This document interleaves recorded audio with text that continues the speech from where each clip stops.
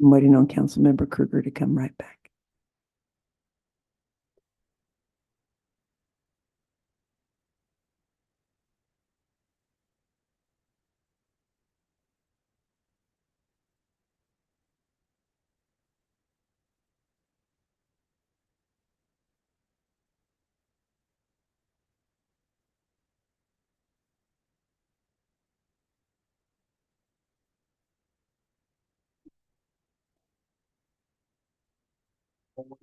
I know, but not all the time. Okay, City Council will resume in open session.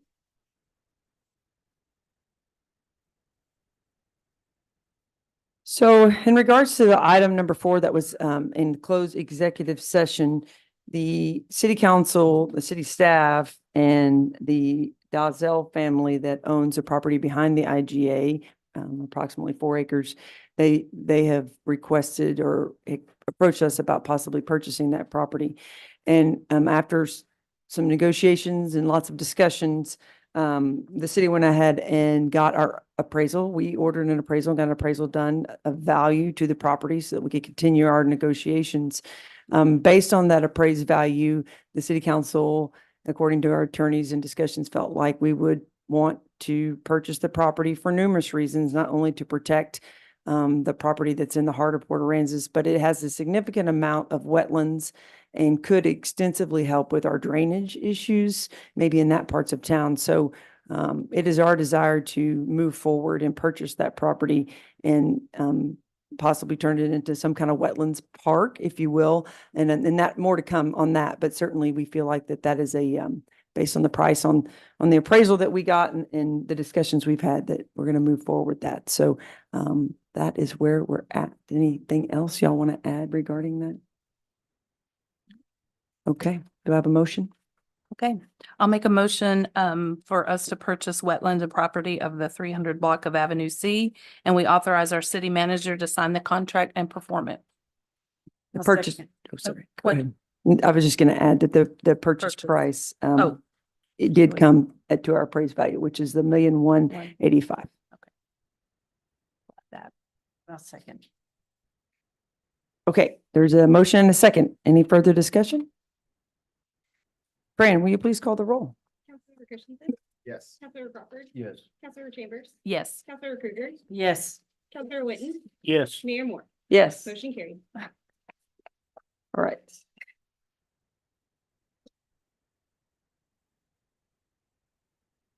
Okay, so moving on, there is, we have a pretty full consent agenda this month. And so there are minutes to the meeting. There are several ordinances, second and third readings.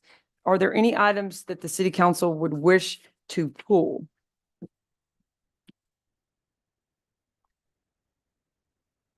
There was a request on item B, the ordinance third and final reading, amending chapter 14. So Fran, can I pull that item from the consent agenda? Yes. Okay. Outside of that, are there any other items anybody would wish to pull? There's a couple on there that I don't want to vote on, and there's one that I do want to vote on. Do we need to pull it to do that, or does that really matter? No, no. Okay. Not to vote. Okay, yeah. that's fine. You want to vote differently on several of the items is what you're asking? Yes. So it's. Fran, if okay. Councilmember Kruger wants to vote differently on several of the items, rather than just approving the entire consent agenda, would we pull each one and vote individually? Yes, ma'am. That's what I thought. Yeah, that's what I thought. Sorry. Okay, so let's move on then. We're going to go down one by one. Item A are the city council meeting minutes from June 20th. Is there a motion? Make a motion to approve consent agenda item A. I'll second. All right, any further discussion? Fran, please call the roll. Councilmember Christensen, Yes. Councilmember Crawford, Yes. Councilmember Chambers, Yes. Councilmember Kruger, Yes.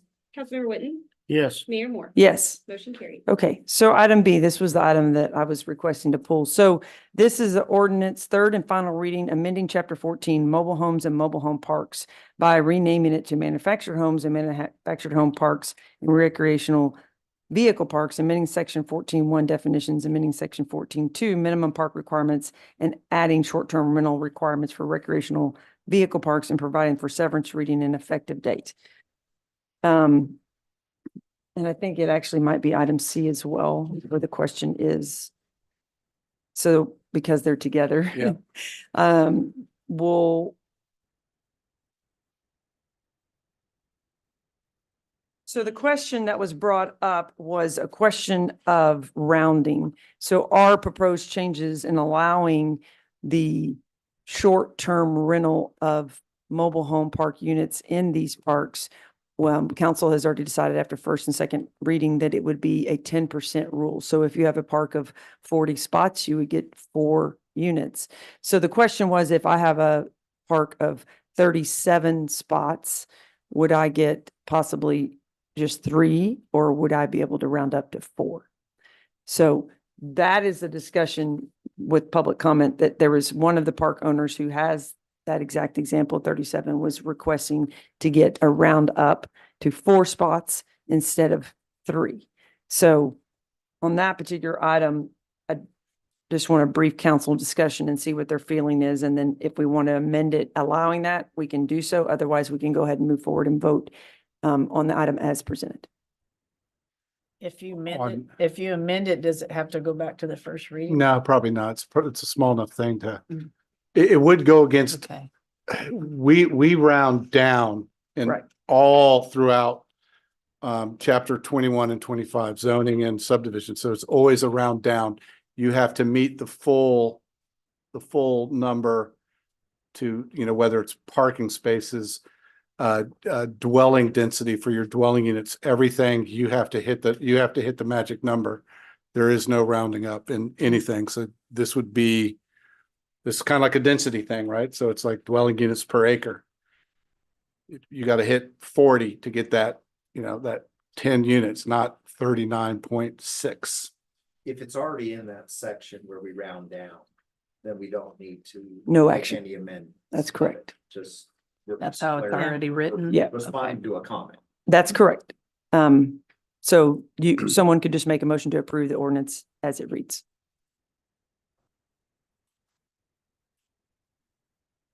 I mean, if you want to, otherwise, for me, I'd prefer you change the overall gimme instead of having us have rounding up and rounding down in the ordinance.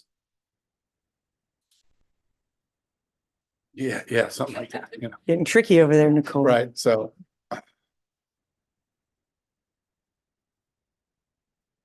Yeah, I'd rather Paco stay consistent with how we round. Is there a reason stated why you wanted to do one additional besides the obvious of having? I think we just wanted one additional. He's got 37 and he Some was questions thinking from- that he was gonna get 4, and I explained that he would only get 3. I told him the only option was to ask you guys to. change. And that's simply what it reads. Okay. I make a motion to approve the consent agenda ordinance B, the third final reading, amending chapter 14 as written. Second that. So motion is second. Any further discussion? Hearing none. Fran, please call the roll. Councilmember Whitten, Yes. Councilmember Krueger, No. Councilmember Chambers, Yes. Councilmember Crawford, Yes. Councilmember Christensen, Yes. Mayor Moore. Yes. Motion carried. Okay. All right, item C, ordinance third and final reading, amending chapter 25 zoning, article 3 districts, section 25-115, TR1 tourist recreational district regulations by adding the temporary transient rental of recreational vehicles and providing for severance reading and effective date.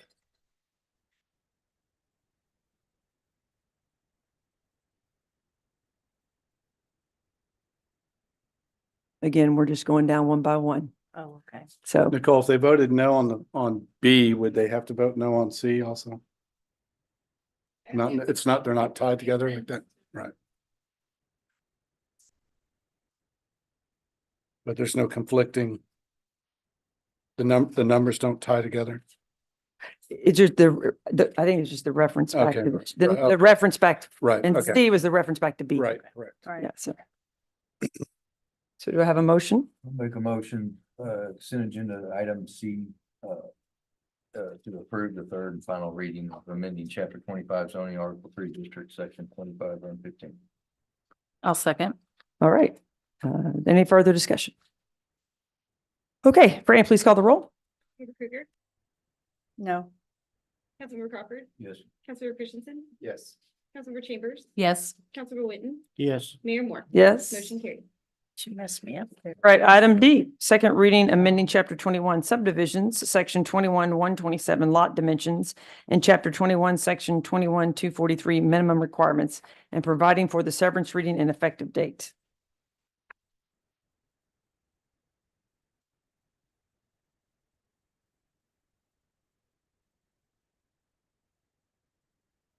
No changes from. Okay.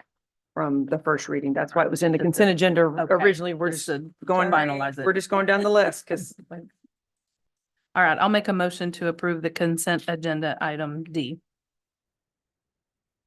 I'll second. all right, any further discussion? Right, Fran, please call the roll. Councilmember Whitten, Yes. Councilmember Krueger, Yes. Councilmember Chambers. Yes. Councilmember Crawford, Yes. Councilmember Christensen, Yes. Mayor Moore. Yes. Motion carried. All right. Item E, ordinance second reading adopting the use standards of care for 2024 and providing the severance reading and effective date. I'll make a motion to approve consent agenda item E. I'll second. Any further discussion? Fran, please call the roll. Councilmember Whitten, Yes. Councilmember Krueger, Yes. Councilmember Chambers, Yes. Councilmember Crawford, Yes. Councilmember Christensen, Yes. Mayor Moore. Yes. Motion carried. All right. Now we'll move on to item 7, item for consideration. So item F, it is my honor and privilege to do this item, which is not really me other than, I'm excited that we're going to introduce and swear in our newly appointed Police Chief James Stokes.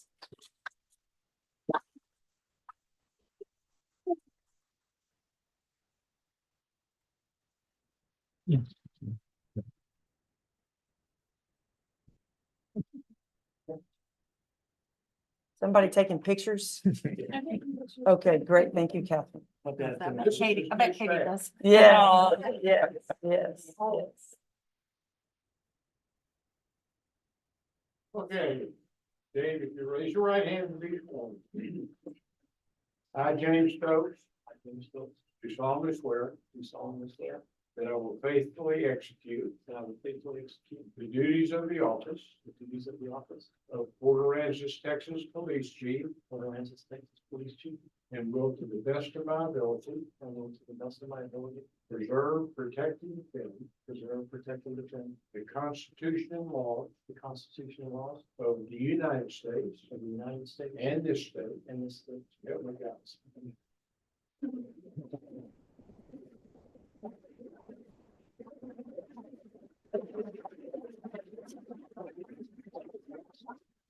Congratulations to you. I asked the council who you to be the chief. Don't be telling on it. Wait a minute, that's not how this went down. Don't poke him. Get on your bulletproof vest, you might need it. Yeah.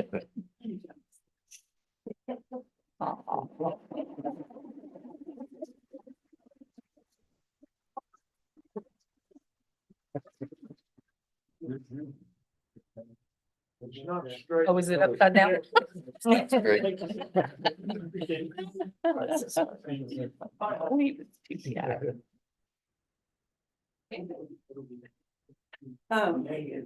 trying to do this back right, but I want y'all to know that, James is, the chief has been, on the job, as you know, maybe, I don't know, 2 weeks, maybe 8 days. I don't even know the days put together, but, not only as mayor, but as his friend, I have personally witnessed him deal with, hurricane and horrific tragedy. And he has gone above and beyond performing his duties. And I am so very proud of you, and I'm knowing him Yes, yes, I agree.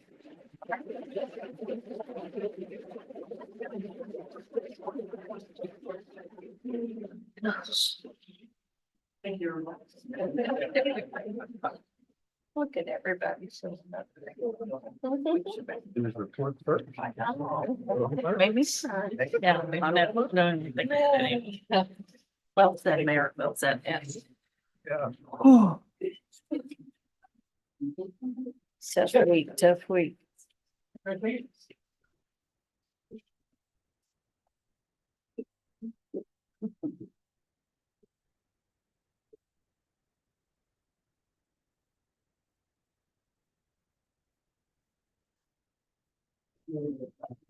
Big girl got to be bigger. I'm so glad.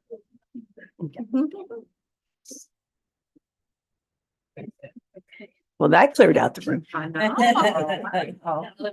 Yeah. Now you have to stay to the end. Just do your regular monotonous stuff. Yeah. Okay, item If they G. wouldn't come to basketball games and just. Item G, discuss and take appropriate action to confirm BFDP 23-000685 is consistent with the city's coastal management plan. The applicant proposes to remove sand that is encroached and reclaim the parking lot. Applicant is Fred Smudio Dunes Condominium, property location 1000 Lantana Drive. Sure. So this is probably the simplest dune permit that has taken the longest to didn't even have get to put through, and I'm pictures. sure that the dunes would probably agree with that.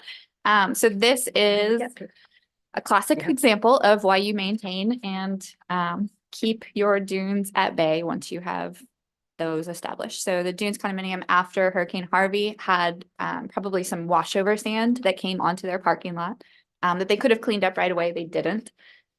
That washover sand revegetated and is now considered critical dunes because they're in that critical dune area. So originally they started about this time last year, came up with a good dune permit reviewed by the city engineer. It looked good. P&Z passed it. It went to the GLO. The GLO brought up some concerns with the mitigation location, and upon further inspection, we kind of agreed with their analysis and figured it needed to move to a different spot. So they spent some time finding a new spot. The best spot for them to put that is on county property, which, kind of opened up a can of worms into a whole nother guideline of getting things approved. So they had to go to the commissioner's court. They had to sign off that the county didn't want to be responsible for the dune permit, that we would be okay with it. They had to get a land lease from the county to put that mitigation. They created the new mitigation location. GLO has approved it, which is why it's coming back to you guys now for approval. It all looks good. It just took some time to get here. So city staff recommends approval. The city engineer reviewed the new location for mitigation, had no issues with it. Okay, you all have any questions?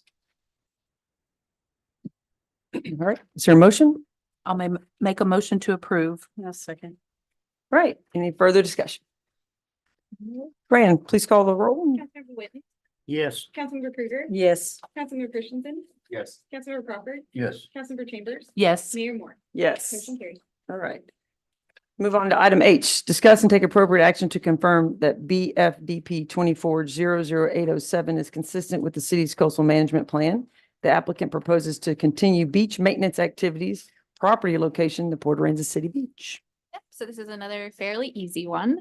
This is one that we do every 3 years. It's the city beach maintenance permit, especially important for big seaweed events, which hopefully we never have to deal with again. No major issues with this one. It doesn't get reviewed by an engineer, so our city engineer reviews it. P&Z passed it, GLO reviewed it, sent in their comments, and everything is kosher. So city staff also recommends approval. All right, any further questions or discussion? no, Right. I'll make a motion to approve. Second. All right. Fran, please call the roll. Councilmember Krüger, Yes. Councilmember Whitten, Yes. Councilmember Chambers, Yes, Councilmember Crawford, Councilmember Christensen, Yes. Mayor Moore. Yes. Motion carried. All right, item I. Is this ordinance, second reading, amending chapter 25 zoning of the Port Aransas Code of Ordinances regarding density and lot area in existing development properties and providing for severance reading and said effective date. So the only change to this one is a pretty minor one. We discussed at the last meeting that wording of at the development's initial approval was problematic because all of these developments started at a different time. And that leads to different rules for different people, which we don't really want. Plus some staff time doing some, what were the ordinances in 1985, which we don't want to go down. So we are proposing just to change that to January 1st, 2021, which is kind of the date and the density restrictions that were previous. Again, it would just apply to that first exception. It doesn't apply to any of the other exceptions. It doesn't apply to any other development. No. Only people that first exception applies to would have that date applied to them as well. And there are no other properties that you're aware of utilize this. Besides Mr. The Gavitt's, ones we've spoken. besides the ones that we've spoke about, I have done so many kind of aerial surveys via Google Earth. I can't find any other property that would fit the definition of that exception.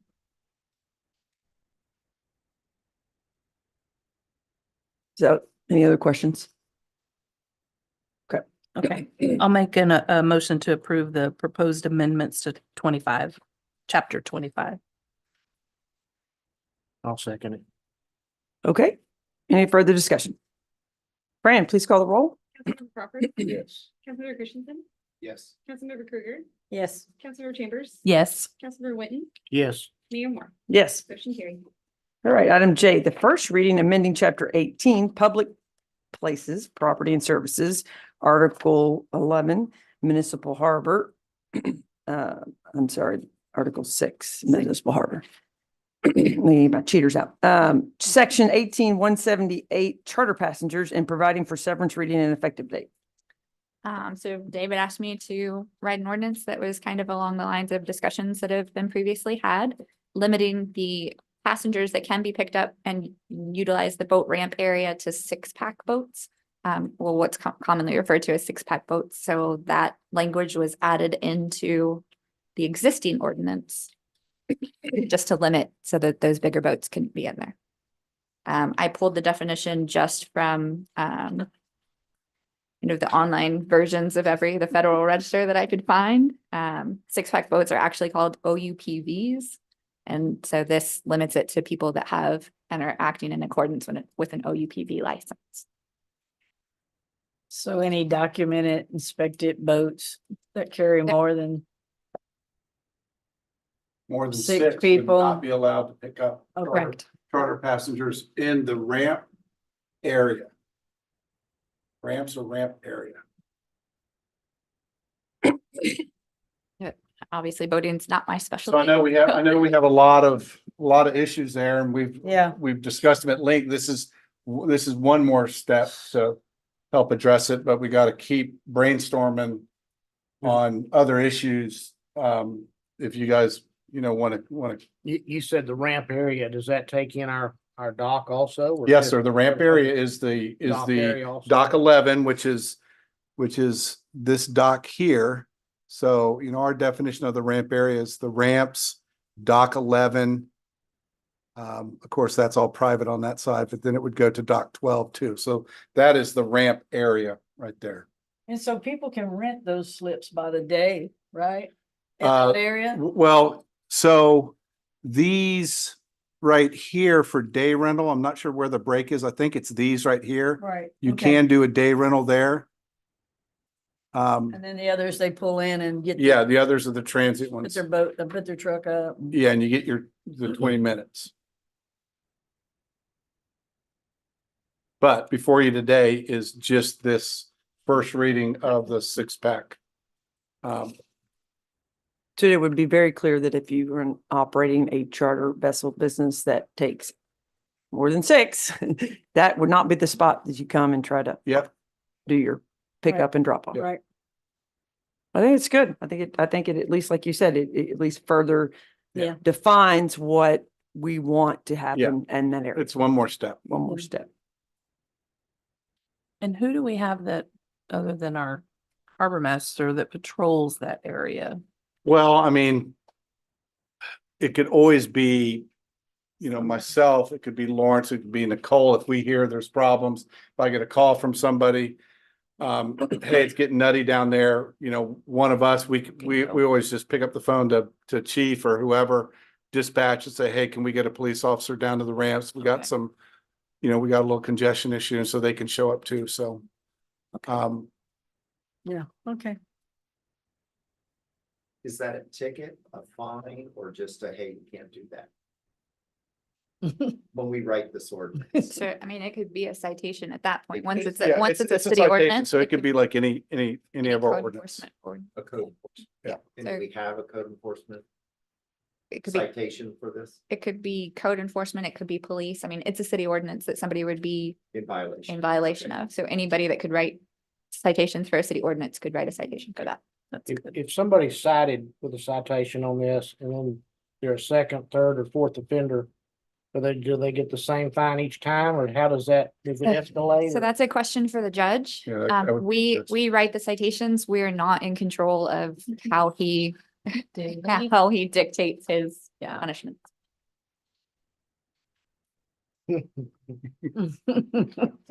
But you guys vote for the judge. And he knows that. I think this is a good thing, but I think we still have a problem down there with. Yeah. With, a business, and could be others still being run. I think we need to. Keep that in the back of our minds we- on Right. what. I What we agree. can do to, Mhm. this is a good step forward. Yeah. I think we need to start looking at a second step, maybe. To take care of them. The other issues, Situation. yeah. All right, No, we'll this keep is working good. on it. You did Okay. good on this, yeah.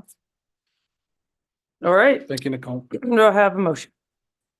Make a motion to approve first reading amending chapter 18, public places, property and services, article 6, municipal harbor, section 18, 178, charter passengers, and providing severance reading and an effective date.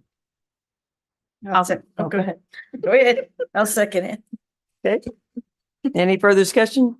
Here you go. Fran, can you please call the roll? Councilmember Whitten, Yes, Councilmember Krueger, Yes. Councilmember Chambers, Yes, Councilmember Crawford, Yes. Councilmember Christensen, Yes. Mayor Moore. Yes, Motion carried.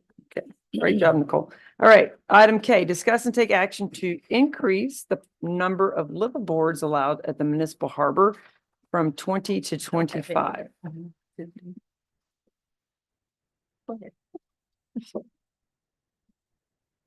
This is kind of basically a general topic for everyone, so anyone can open her up, and I know we have a lot of liveaboards here, and so jump on in. Mark. Well, I think it's a good thing to have. I mean, I don't see any problem with giving 5 more spaces to liveaboards. I think they do take care of a lot of things down there. Keep security, and long as everybody has the documentation and insurance or whatever they're supposed to have and their boats are running. I mean, I think it's a good thing. I think it's basically free security and police work for us, because the more eyes we have down there and the way the crime seems to eke up a little bit, I think it's a good thing for the community to have it. I do too. agree. What was the last time the liveaboard policy was looked at? I looked back. at my We've old- altered it several times in the last 10 years. Yeah, I think the last I looked at my old package was January 17th of 19. I know there was something in there. What'd we do? It was just, it was it was in the packet, and then I didn't see any follow-up. I think in 19 was when we raised it from 15 to 20, right? Right, it had that 10% or the. Yeah. And so we went to 18, and it looked like we went to 20 at that time. So where are the 20 now? I mean, is there any strategic? I mean, we didn't, we part of felt it them was there. getting a little complex if we were gonna, Well, I met them. Physically, right now, Yeah. sitting in the audience. they are spread throughout, and we didn't want to get too much into weeds with saying, hey, we want 3 on each slip, and that's all we're gonna, Yeah. so we just said, you know what, wherever they are, or wherever the slips are available, they can go into them. I mean, ultimately, I think the more spread out, the better. But I mean, I don't know, or do we have any on two? Anyone on two? The one thing you have to consider is you have both sides. Yeah, right, That's yeah, right. And we're the only one on 5 and We have one too. 3 and 7, whatever it is on Yeah. each side of it, they watch our dock too. yeah, Yeah. So We're Ms. the only one on 5 though. yeah. Pay for live boards, but they don't live on. Yes. So there's those two. They want to be able to stay more than 2 weeks. Right. So they just have it. Yeah. So they're spread out, I think.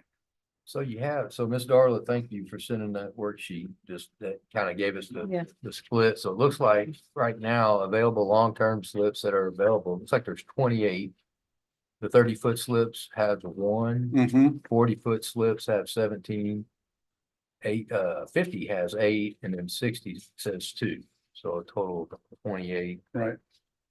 So we have out of the 180, well, we got 181 long-term slips. We've got 25 that have lifts, lift slips. And then there's 27 transients. So I guess total count of everything's about 233. You're allowed to size up, you can't size down. So if you're a little short, you can go in a bigger slip, but if you're too big of a vessel, You're Yeah, not- hang out somewhere. you're not Yeah. supposed to go down into a 30 if you're, a 38. Sure. So that's kind of the general rule. So we add the additional 5, then at that point, you guys just manage what, depending on the request, the size Yeah, of the vessel correct. and what's available. Yeah. How that works. Yeah. How that gets. More of the 5 on the wait list already have books. Oh, okay. And I think that you have to at least get 30-foot vessels. 27-foot vessel. Yeah. So if it's under 30 to 27, you can't go in. Yeah. According to the- When you say that they're on the waiting list, and 4 of them already have slips. So if they already have a slip, why are they on the waiting list? Liveaboard. Liveaboard. To become a liveaboard. Okay, so Right. they are currently under long-term rental Yep, and their boat's there, but they don't live there because they can't technically, because it's not. or allowed. maybe they're there for a week and then they gotta leave for, Okay, Oh, I got you. I don't know if any Yeah. of them are doing that, but Yeah, I think I actually know somebody that is. 15 days that we go somewhere else. Oh, yeah. Okay. Okay. Yeah. So now those 4 can be there. They can live there now. Cool. I have 1 extra. Yeah. And there was ones that want to be added or some of the hardest work. We need more. The city pretty much closed down. These 2 guys right here went up and down the docks and made sure that all the vessels were tied up. And this guy wants to be able to.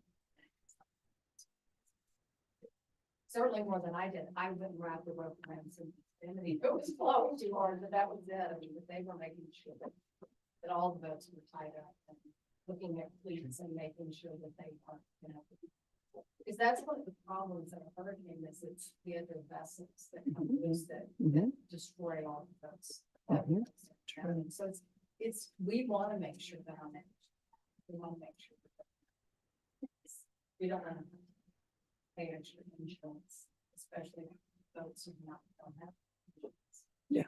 tied up or hauled out if possible. Yeah. They also for whatever game offering every boat.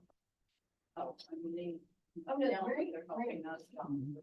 So, I mean, there's definite value in adding. Yeah. With the new facilities, we're not pushing we can handle having people there a little more often. With the restrooms and the showers, correct? Oh, They're yeah. better than they were before, Oh, yeah. so we're not pushing. Now, Yeah. And they're nice. It's nice. Yeah. They're nice and new. Yeah. So it's better. Yeah. A lot handle of capacity. schools have our own showers and toilets on board, we just use the pump out. Yeah, as per rules for the liveaboard lease, you guys have work. Yes. Sanitation devices, water. And then And insurance. All those things we made sure because the difficulties before when the liveaboard restrictions were put in place not too many years ago was because we did have issues. So we went through a lot of work to fix the rules and make sure the people were complying. And I appreciate all of you that are there and that are doing that, in particular, what, the extra things you're doing to be good neighbors to each other.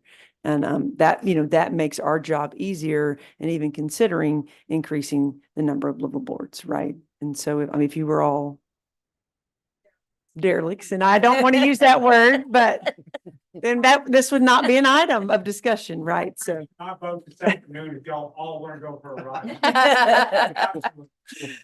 But you're doing a good job, so yes. Mhm. Oh. Yeah. Yeah, yeah. Yes, yes. I like that. Maybe that's the rule, first responders only.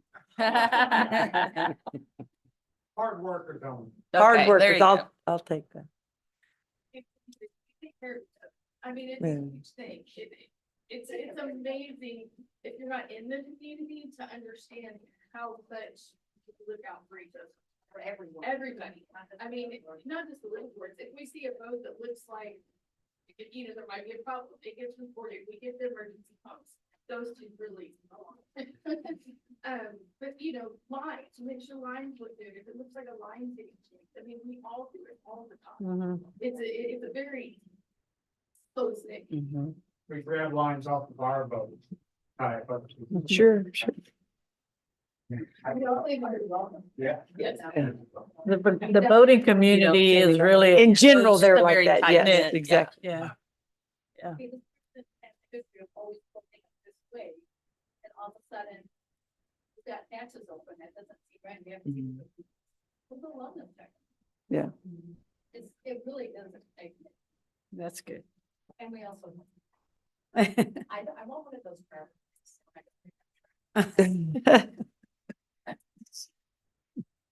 Volunteer park. That's good. Yeah. Okay, any other questions? Nope. So we don't have an ordinance change or a resolution, but just we a- can have a just a discussion motion. item and just make a motion Yep. To add 5 more. to increase the number. I would indicate the number. Okay, then I'll make a motion to increase the liveaboard number to 25. One second. All right, any further discussion? Hearing none. Fran, please call the roll. Councilmember Witten, Yes. Councilmember Krueger, Yes. Councilmember Chambers. Yes. Councilmember Crawford, Yes. Councilmember Christensen, Yes. Mayor Moore, Yes. motion carried. All right.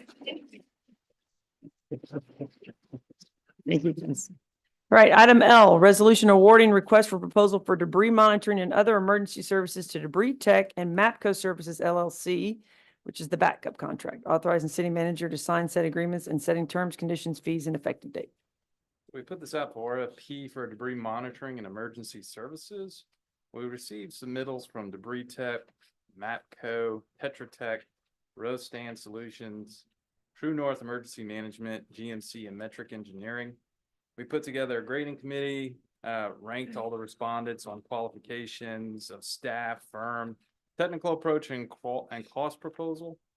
Debris Tech ranked the highest and MAPCO second highest, and we're recommending award to both. So that way we have a backup provider if needed.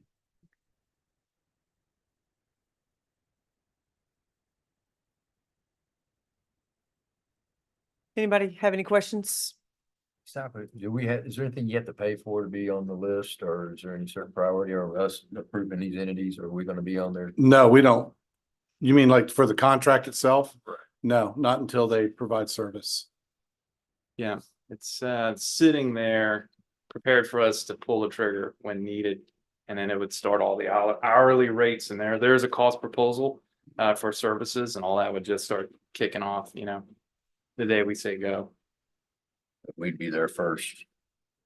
There first, so when an event hits here in Corpus area, they're gonna come here. You hope. before they first besides. You hope. I mean, what happened at Harvey was you had Harvey hit, and then about 3 or 2 weeks later, maybe it was 3 weeks later, you had, I believe it was Maria.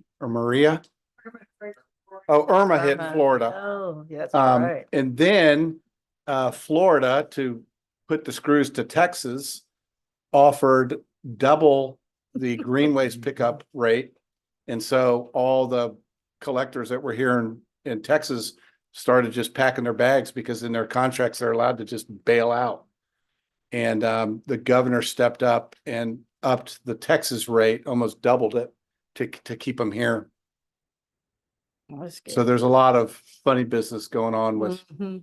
unfortunately, with these types of contracts. Also with, The debris, loyalty's kind of a little iffy.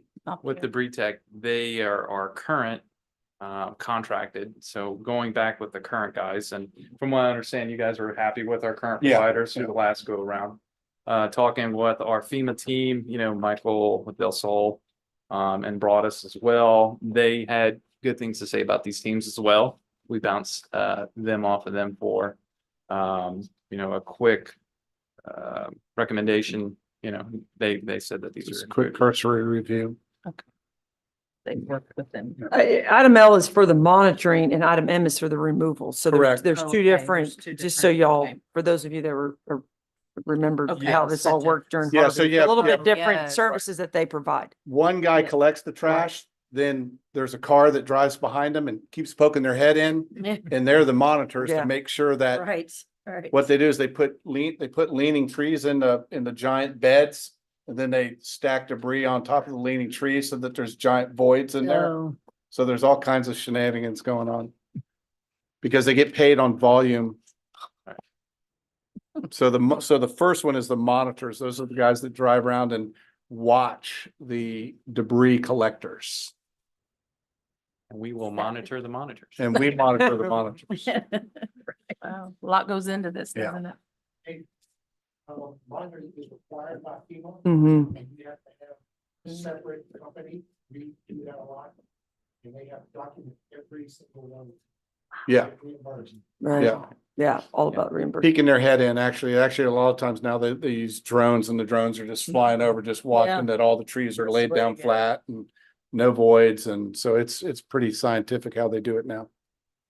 Talking with our FEMA team, discussion was, should we look at signing more than 2? And they felt like 2 would suffice.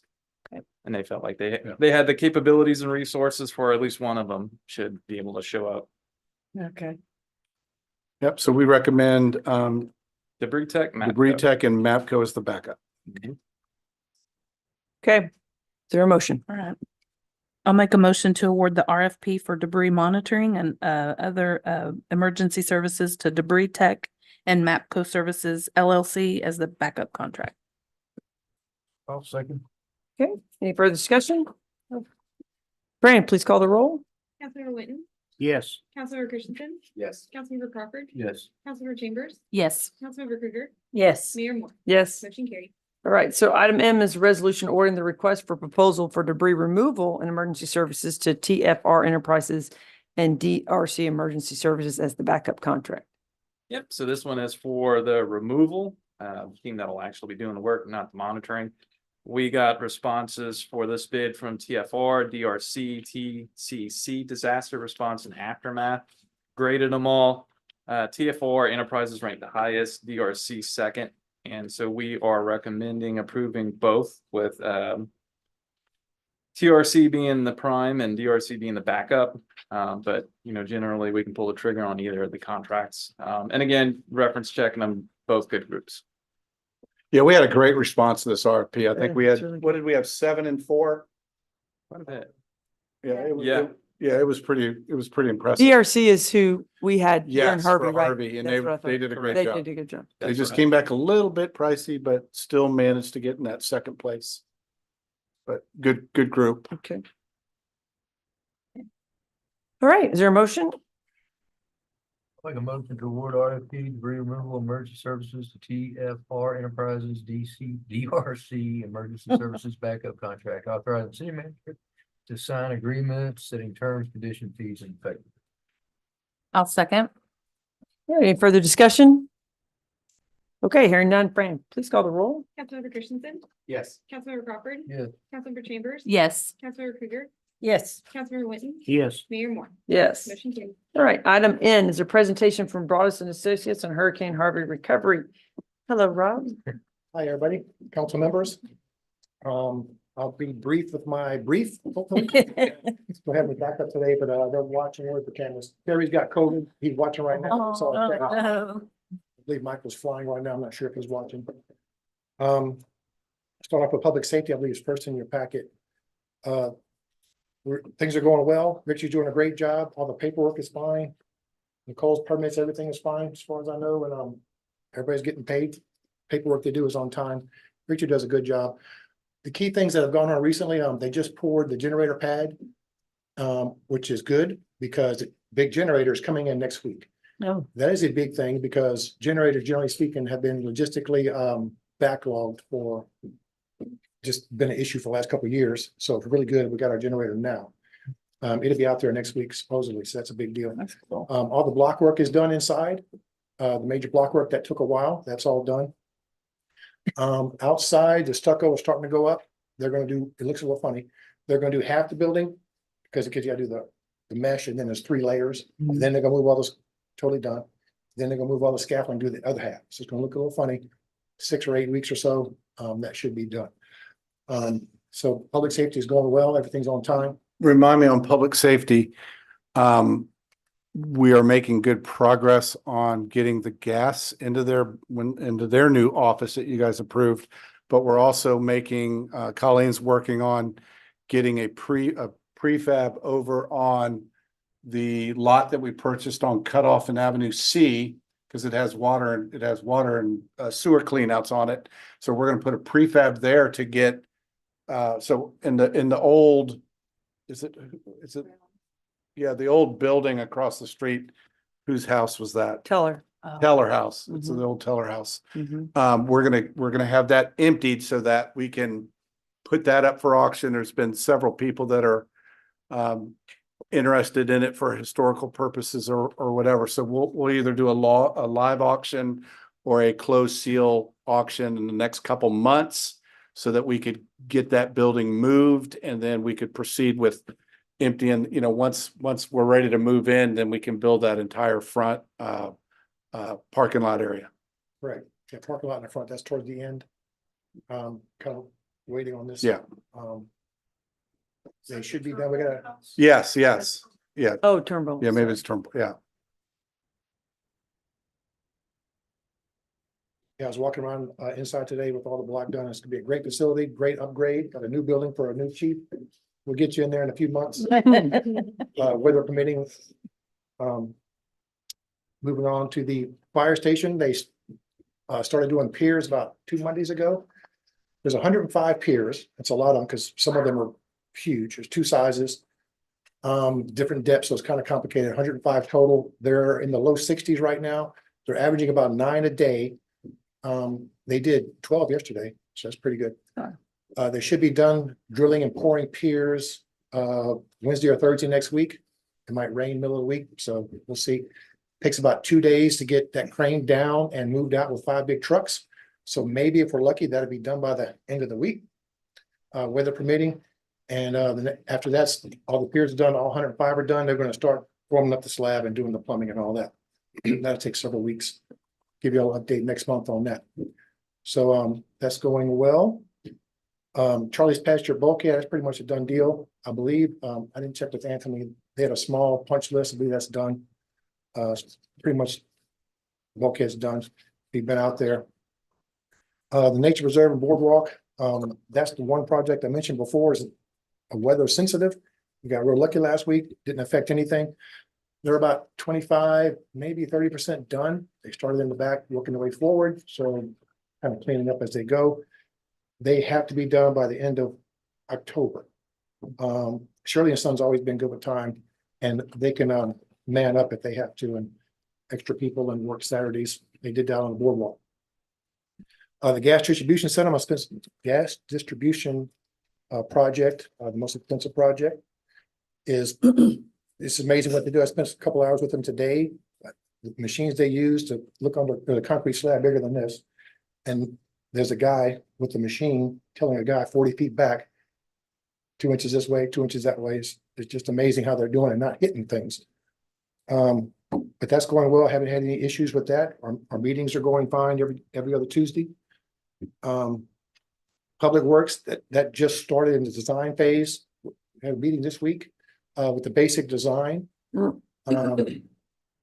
And some minor changes. It's not a done deal yet. It's not right. Move some doors, things like that. Yeah, it's close. Is the name of the company, architect company. Turner. Yeah, Senator Ramirez, had a meeting with them and, they took some pointers and they're gonna, tweak the design a little bit, but that's not finalized yet. The monies were well into 70 millions plus the 5 million from EDA. We're pushing $80 million for recovery monies. And all the payments are going out well. All the contractors are happy. Dollars keeping happy, getting money out on time. That's all I have. Pending any questions? No, still nothing from FEMA on the fires building. I heard something. I'm not sure exactly what it is. Michael is having some kind of meeting, I believe on the 31st or 30th. Yeah. I don't know anything about it, the specifics. It's been a long time. But there's some kind of update by the end of the month. Would be good to know before we finish our budgeting. Right. Fire station. Yeah. All right. Thank you very much, Rob. Thank you, Rob. Okay, item O, resolution urging the Commissioner of Insurance to oppose an increase in windstorm insurance rates being considered by the Texas Windstorm Association. Okay, so in your packet, you have the resolution in front of you there. Let me get to it real quick. Okay, so Monday, the TWIA board met and they made a recommendation to raise 10%, the residential rates 10% and commercial rates 10%. So they did that Monday. Now that has a couple more steps before it gets finalized. It has to go to another meeting on August 16th. It goes to the state affairs, or excuse me, August 6th. It goes to Galveston for a second reading. If that gets approved there with a vote of 6-3, at least 6 vote for it on that board, then it goes to August 16th to the state affairs, which is Todd Hunter. So he oversees that. So all the cities on the coast we had a call today with Chairman Hunter. He led the call. He thinks that they can be pretty successful in the ledge fighting this.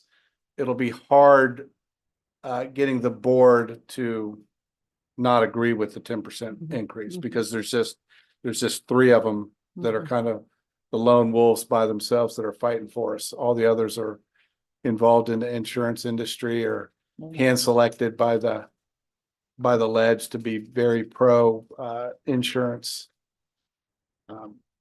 But he says there's a lot of odd stuff right now going on all over the US with insurance, a lot of insurance just pulling out altogether to where some states don't even have options. So it's getting a little funky. So that's what's coming up. So the next big step is the August 6th TWIA meeting. So And this, then we'll get this resolution to Angie Flores, Todd's assistant. We'll get this to the TWIA board for their August 6th meeting. and the resolution is important so Yeah. that we have our opposition to increases documented for the next meeting in the next meeting. So. Right. Okay. Hey, you have a motion? I'll make a motion to approve a resolution urging the Commissioner of Insurance to oppose an increase in windstorm insurance rates being considered by TWIA. A second.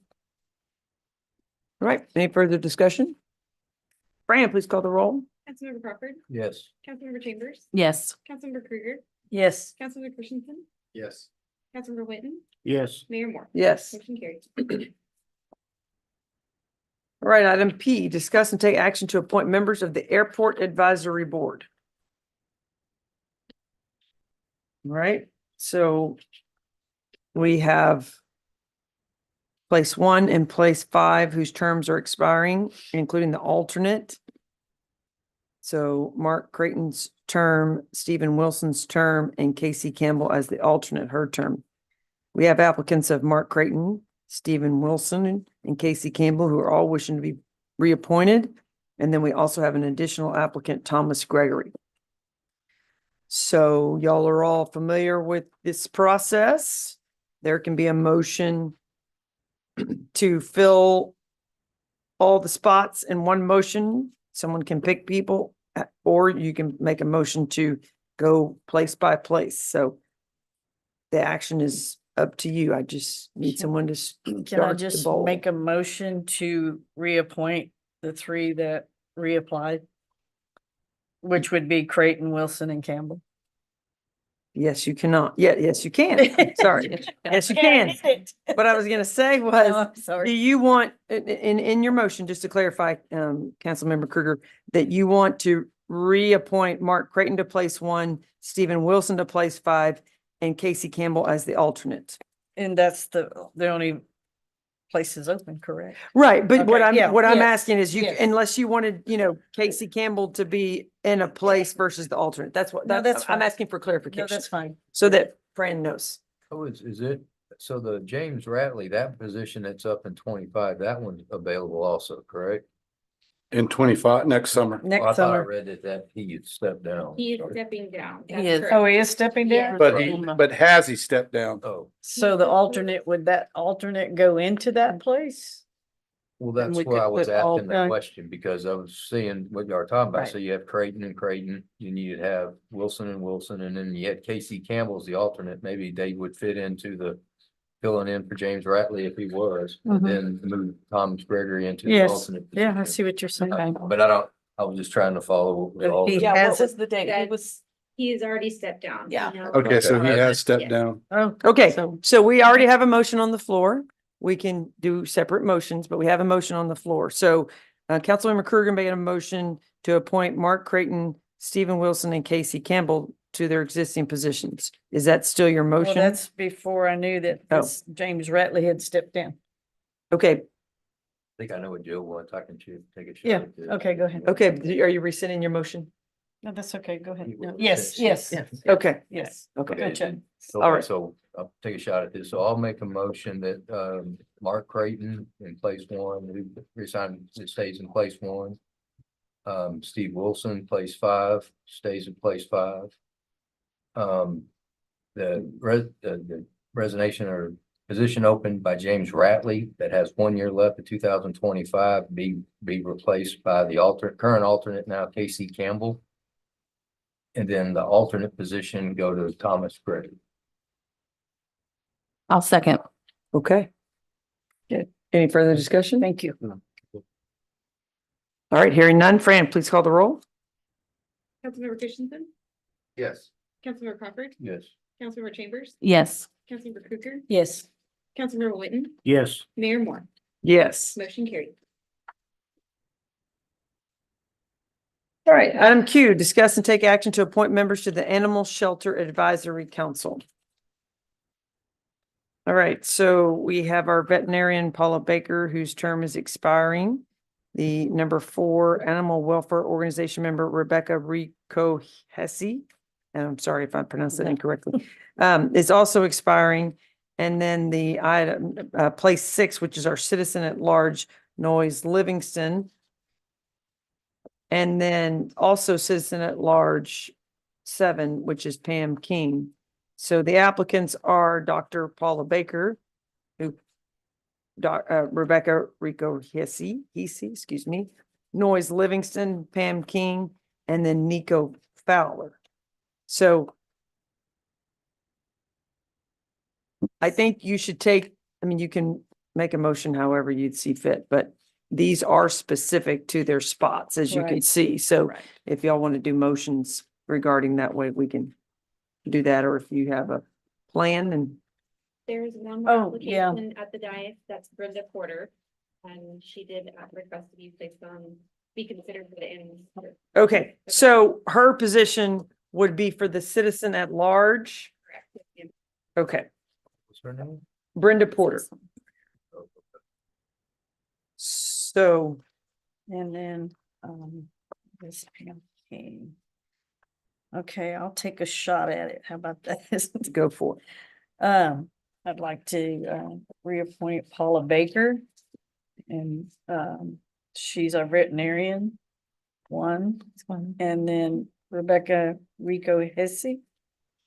And she's our animal welfare, and number 4. Pam King. Number 7 is citizen at large, and then Brenda Porter, number 6 is citizen at large. It's a lot. Okay.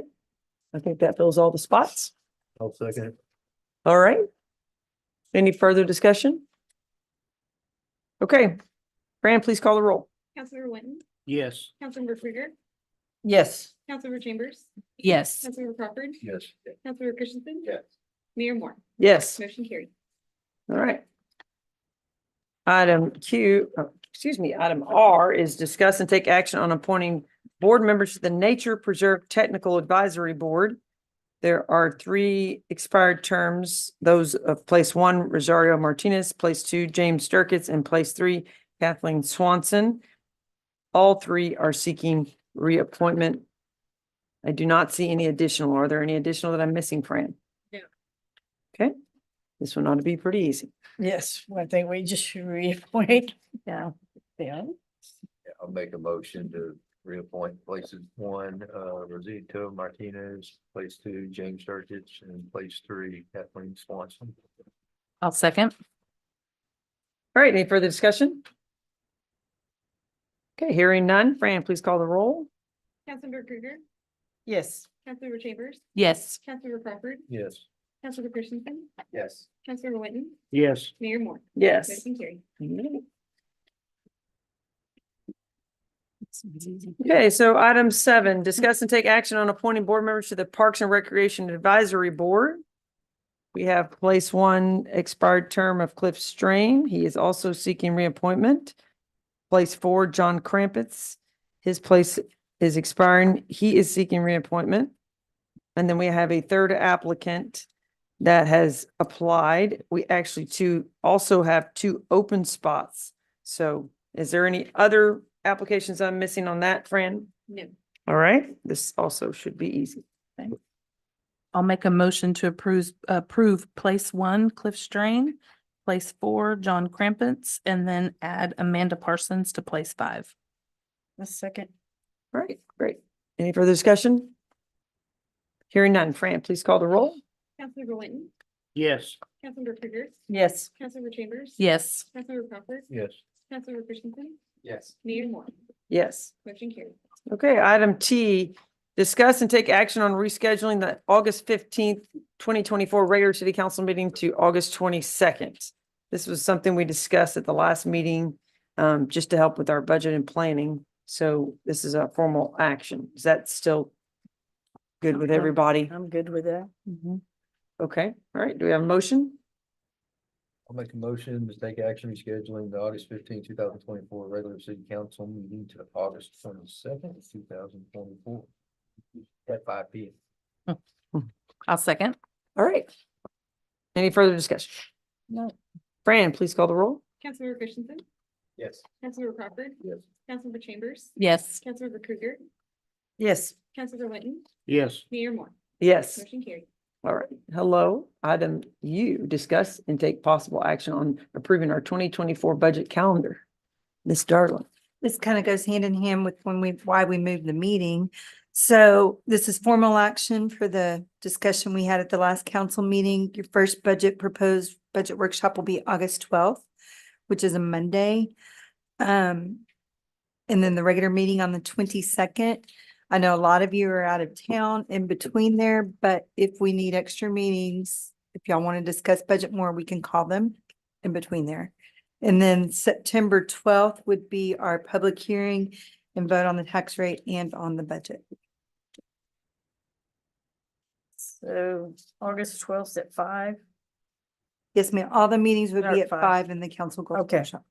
I mean, in the council goals workshop. 12, In the council 22nd. chambers. I was reading at the top of the page. August 12th, 22nd, September 12th.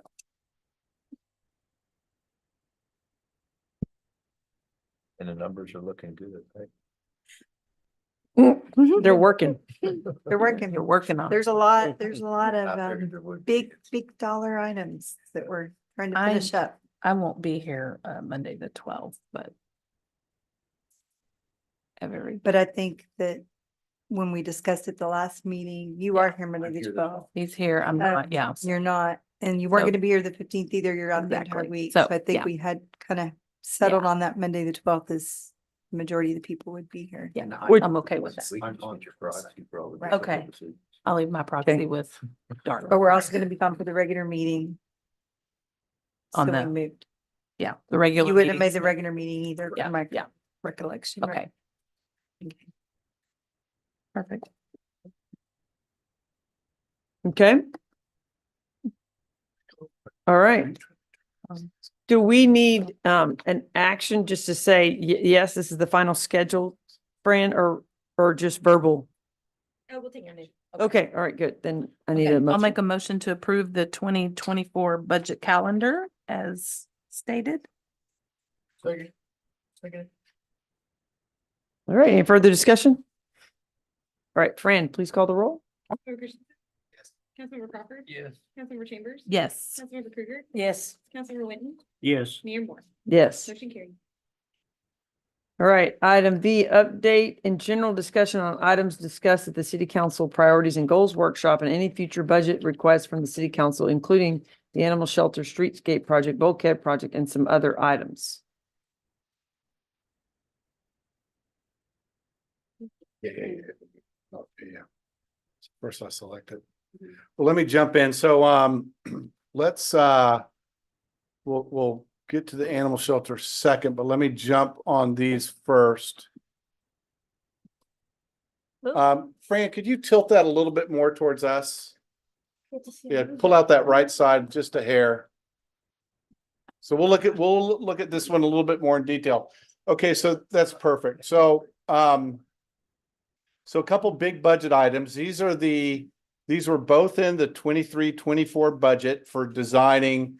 One was the streetscape and one was we call it the intercoastal park, but it's the bulkhead park along Charles Passer. So I'd like to show you guys, this, we don't have to look at it in super detail, but we'll look at it from, maybe the 10,000 foot elevation. Fran, do you know how to forward the slide? Do I do it? Yeah, it's a PDF. Oh, never mind. I got it. Okay. Just go through here. These are basically the location. So it's pretty much from the pier, Charlie's Pasture Pier. It goes about 4,400 feet to where the road curves off to the Nature Reserve Pavilion. So it's the large swath of land that is typically a mud pit. It's from the road over to the bulkhead. The width of that changes. In some areas, the road's right adjacent to the, so here's kind of the overall. In some areas, it's very narrow, but in some areas you have some decent width to it. So basically this project would start at the pier, go down, these right here, just so we put them in there, we didn't want to design it without thinking of the future marina. So that's the future marina jetty system that could possibly come. And then here's the curve out to the nature reserve. Now, we would remove this part here because this is more kind of Colleen's territory with the, it's a lot more native in nature. So we would stop the park pretty much right in here somewhere. And it's kind of already done. Yeah. I mean, that part's kind of already yeah, there, so. Yeah. Some of the features. So you would have a full ADA walkable path that in some areas is directly adjacent to the bulkhead, and then in other areas it meanders in and out where it gets a little bit wider. You would have full ADA parking compliance. You would have numerous bathrooms up and down. That would be one of the big costs, is that we would be attempting to extend sewer and water and electric down this road to get better facilities, especially especially restroom facilities. Currently in the nature reserve, there's a dry composting restroom that's, down in this area right here that our Public Works skiddo pumper truck services that one because it's, of course, there's no water or sewer there. So that's one concept, is to bring water and sewer down, down Port Street to provide service to the proposed restrooms. A little bit, one thing we wanted that you guys need to think about too was the ratio of, okay, people love backing their truck up to the bulkhead and fishing. And the directive to the designers were like, okay, we don't want it to be 100% because basically you wouldn't have a park if you just kept it the same. So this concept, it narrows that down, but you guys could say, hey, we think you went a little bit too far one way or the other, and you could dial that back and say, you guys might say, hey, we want 50-50 or we want 60-40. So of course, all these things this is the first stab at it. Definitely the vegetation, these pictures are just, they're not using the exact tree or grass that's going to go in there. They tried, but these are going to be extremely salt tolerant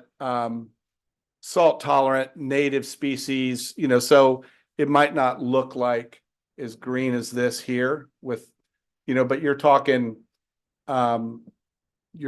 trees like I have one in my front yard. It's the sea grape, and it in Hawaii, they would live right down on the beach. And so it's super, super salt tolerant. So different types of trees, we would definitely specialize. Like if there's grasses, you're going to be looking at your paspalums that are very salt tolerant and other species of grasses. So that has a lot of work to do. So we still got a lot of work on figuring out what are the native species that are going to go in that area, because it is extreme salt environment. Here are just some of the concepts, a lot of walkability. That's kind of the pier in the background there. Trail system, fishing along the bulkhead. So of course that's a big draw. What you see there is a fish cleaning station, but we kind of changed that up to where the fish cleaning station's actually on the backside and it drains over into the water. So there's some changes, of course, that we would have to make. Another big one would be you would have to have some ADA fish cleaning station also, which means you're going to have to ramp up, have some ramp area. So you got a lot of expensive ADA components to this park. A big lawn area with a raised lawn so that you can see over the new 3.5-foot wall. So this area right in here is kind of a raised lawn concept with this object here is a tower.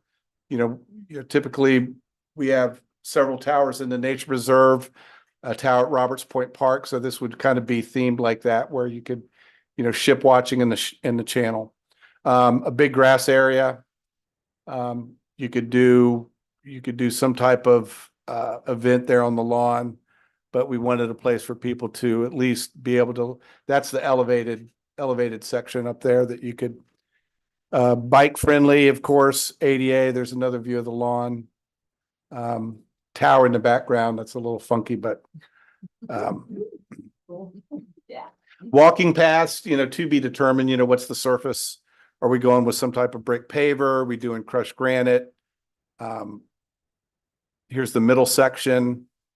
Again, just different concepts and different ideas. There's a little elevated lawn to, get you over the wall at least to, that wall's 3.5 feet tall. And you see the path meanders back and forth, along the wall, not along the wall. So it'll meander back and forth. And there's the last segment there that this will most likely be removed from the project, but that's looking at the existing nature reserve pavilion that's there now. That's the turnaround, and it's pretty native anyway. So, so that's the coastal park. the price tag on that was, the initial price tag was about 7.5 million for the park. We have not valued engineered it, meaning, like go in and say, hey, we're not going to bring water and sewer down. We're going to put in 3 composting toilets and we're going to save, $850,000. So we have not valued engineered that 7.5 million. That's full blown, all the bells and whistles. So that's something that we're going to discuss over the next month while we develop the budget. And if you guys want to select this, you can look at its price. We could get it valued engineered a little bit the next month, whatever you guys wish. So that's the coastal park. So let me go to the other one. And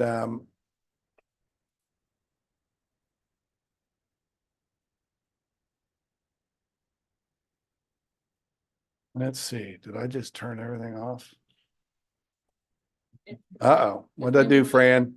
All right, no, I didn't. Here it is, right here. It's this one. How do I okay, streetscape. So the streetscape, and I did tell you the numbers came in really high on the streetscape. I think Cotter came in at 7.8. Alistair came in at about 9, and G came in at about 7.5 million. So we did go back and value engineered that to get those down. So this is a look at the downtown streetscape design. I gave you guys about three or 4 pages of this as a handout, but so here's kind of the full blown. Again, I'm going to just give you guys the brief 10,000 foot elevation view of this one. So there are the 3 projects. You got Cotter from the intersection of the ferry to the past the Coast Guard station and Tarpon Inn to Station Street, and then the entirety of Alistair, and then G just from the Alistair intersection down to the beach. So that's the scope. These pictures are just kind of some current existing conditions.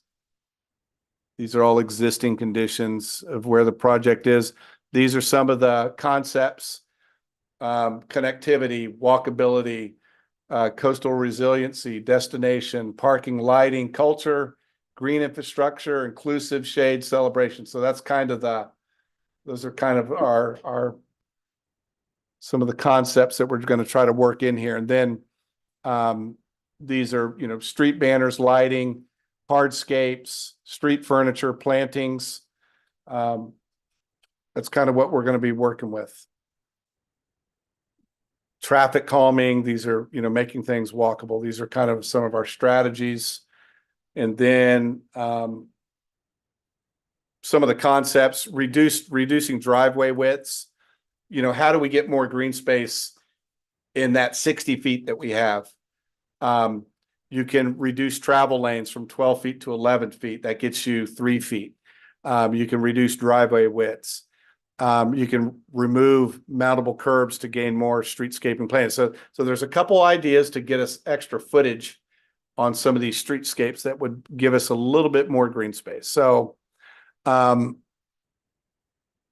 this is looking at Cotter. So this is from kind of in front of the chamber area. You can see it. You can see the Place Hotel here, Finn's over to the right.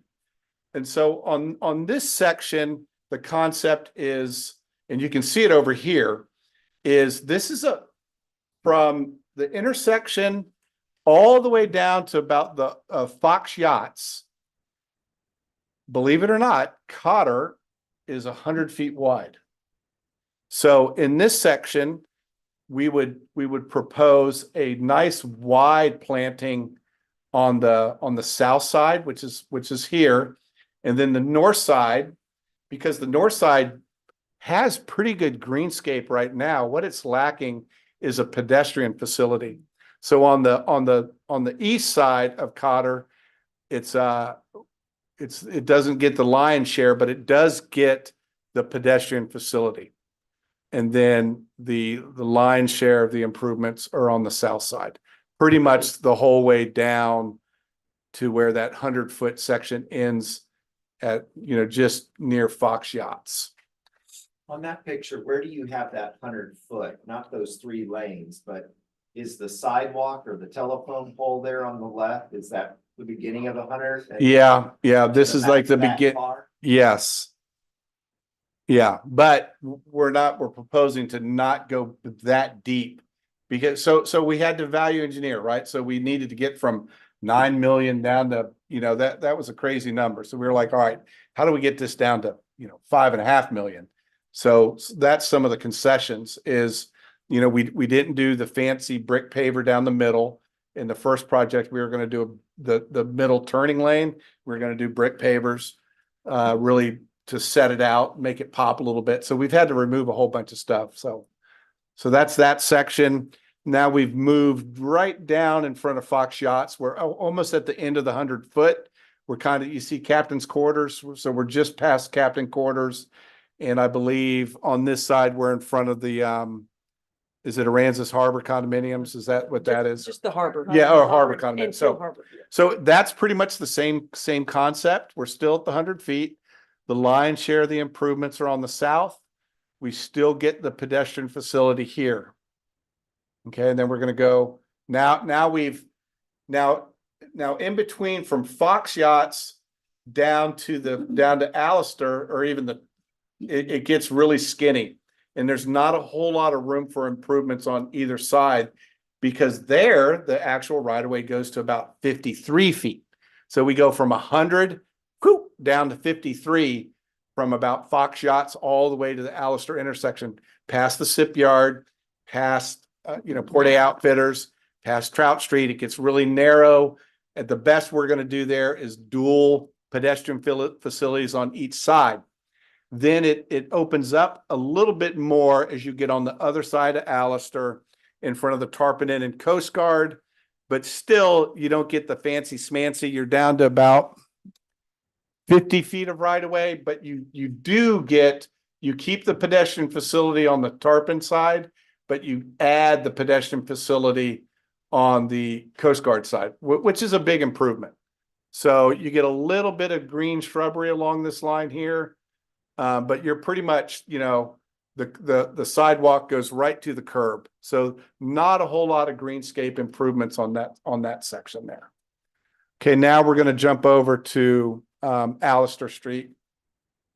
This is looking back to the east, way in the background. That's Virginia's way in the background there. You have Tortuga Flats is here. This is the new community park. So this is a 60-foot right of way. Now you have all the overhead lines are on the west side of Alistair here. And so you don't want to put all your palms and your fancy vegetation on this side. You want to put it over here where there's no lines. So you'll see that in this image here. You do get the pedestrian facility and on the west, but the east side is where you put all your money. And that's, which I think in that area, it's nice because you got the community center there, you got the new park there. So I think that's a good fit to put it on that side. And then as you get to the VFW, the power line switches at about Beach Street, and it then crosses, and the power line becomes on the beach side of Alistair. And so the power lines are, go in front of Island Cafe, the Palace, and you see that there. So now you switch the fancy vegetation in the width back to the west side, the IGA side, and then on the beach side where you have the overhead power lines, you still get some green improvement, but you keep it short. You don't want anything tall growing up into the power line. So you give the width. So the green space width you want to put over on this side of Alistair. Now we are on Avenue G. Same kind of concept. We're fighting the power lines. See, all the power lines are on the south side of G. So you get the basic pedestrian improvements over here with some green improvement. Those trees are already there. Those are existing, but you put your bang for the buck on the north side of Avenue G, where you don't have the overhead lines. So here are some kind of some overviews of what these streetscapes look like. So this is the 100-foot section on Cotter. It gets a lot of improvements. Then it drops down to 53. You don't get that many improvements. And then there's the Coast Guard and Tarpon. You get a little bit more, but you do get the pedestrian. Here's the intersection at Cotter and Allister. This is basically looking from the ferry line, and then you would be proceeding east on the Cotter here. You get this is the 100-foot section. You do get the connectivity. This is huge right here. We've never had this connectivity on the Finn side to be able to walk all the way from, the Coast Guard all the way into the marina on a sidewalk. So that's a huge bonus. And then the bigger, the fluffier stuff is on this side of Cotter. We've kind of looked at this before. These are some oblique angles over here to the right of what it looks like. Again, the bigger section is on the south side of Cotter. You do get this is right in front of Finn's. So these are kind of basic, but so that's kind of a continuation, but that's it in a nutshell. Okay, let me go over this one real quick. This one I think is a little bit too much. This is the area beyond the outfield. This right up here, this is the outfield of the softball field. This is where currently the fire station tents are. So this is that whole area that will be in about a year available for use. I think they kind of overdid it on the green space because I think in here you need parking. So we still have to work on this a little bit. I think the right side of it's really neat, but I think this side over here, one of the two sides, I think you need some downtown parking, for, a little overflow for the field, but I think, you either put it up here or you move it back here. This is the wider part because the outfield curves around back in this direction. So I think maybe for park purposes, this is better over here, but I still need to work on this a little bit more. But we just call it the softball field, outfield park. And then here's some concepts of what that could look like. You could have some splash component, so at least you could get wet. Here's some intersections, crosswalks. There's Avenue G from the.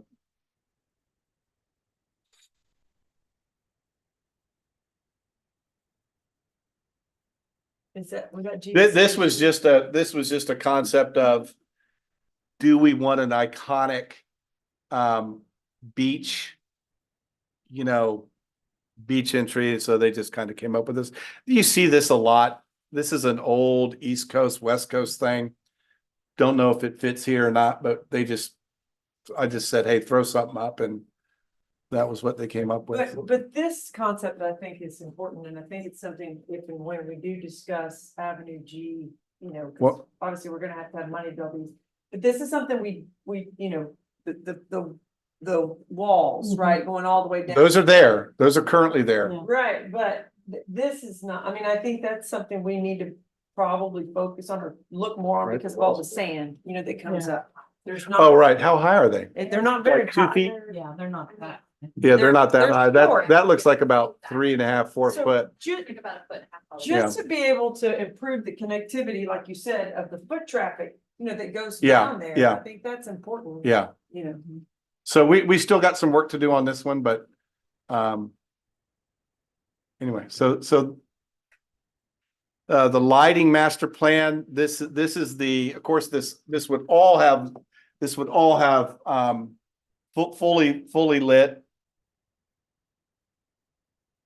That's kind of the lighting concept right there. This is the lighting plan we really couldn't value engineer because the lighting is, it's based on its proximity to one another, and just going in there and removing every other light really ruins it. So we kind of kept the lighting, complete. We didn't really go in and value engineer it, because it doesn't work when you go in and just systematically start removing it. These are just some studies, and again, this one would, both of these, the park and the streetscape, the other component that you guys got to think about, and we'll help provide you with information, is what does Colleen's workforce need to be to, let's say if we built the park, or if we did one of these street faces, what does that do to Colleen's? Is it a master gardener? Is it a master gardener and 2 assistants? What does it do to her workforce? Because it's, this is a lot of work to keep this kind of maintenance. I mean, you guys have been to the riverfront, and every morning there's an army of workers that are going out and picking leaves up and sweeping, and that's kind of how this is. This is a detailed park where you're, it's got a lot of maintenance, but anyway. So those are the 2, we could turn the lights back on. All right. So those are the 2 park designs. Both of these were by EDSA. That was the firm that we selected back in the fall, and really good group, and they're easy to work with. I think they're very responsive. When we said, hey guys, we got to get these things cheaper, they did a really good job on value engineering with us and getting things cheaper. So 2 things that you guys have to think about for budget purposes. There's a couple different funding ideas that we'll talk about later. When we get to the 12th meeting, we'll talk about different ways to fund some of these big ones. What's that? We got some research. Yeah. Oh, that looks so good though. The other big item I think that we've done a lot of discussion with is the animal shelter. So we've looked at, let me get out of here and let me go back to Google Earth.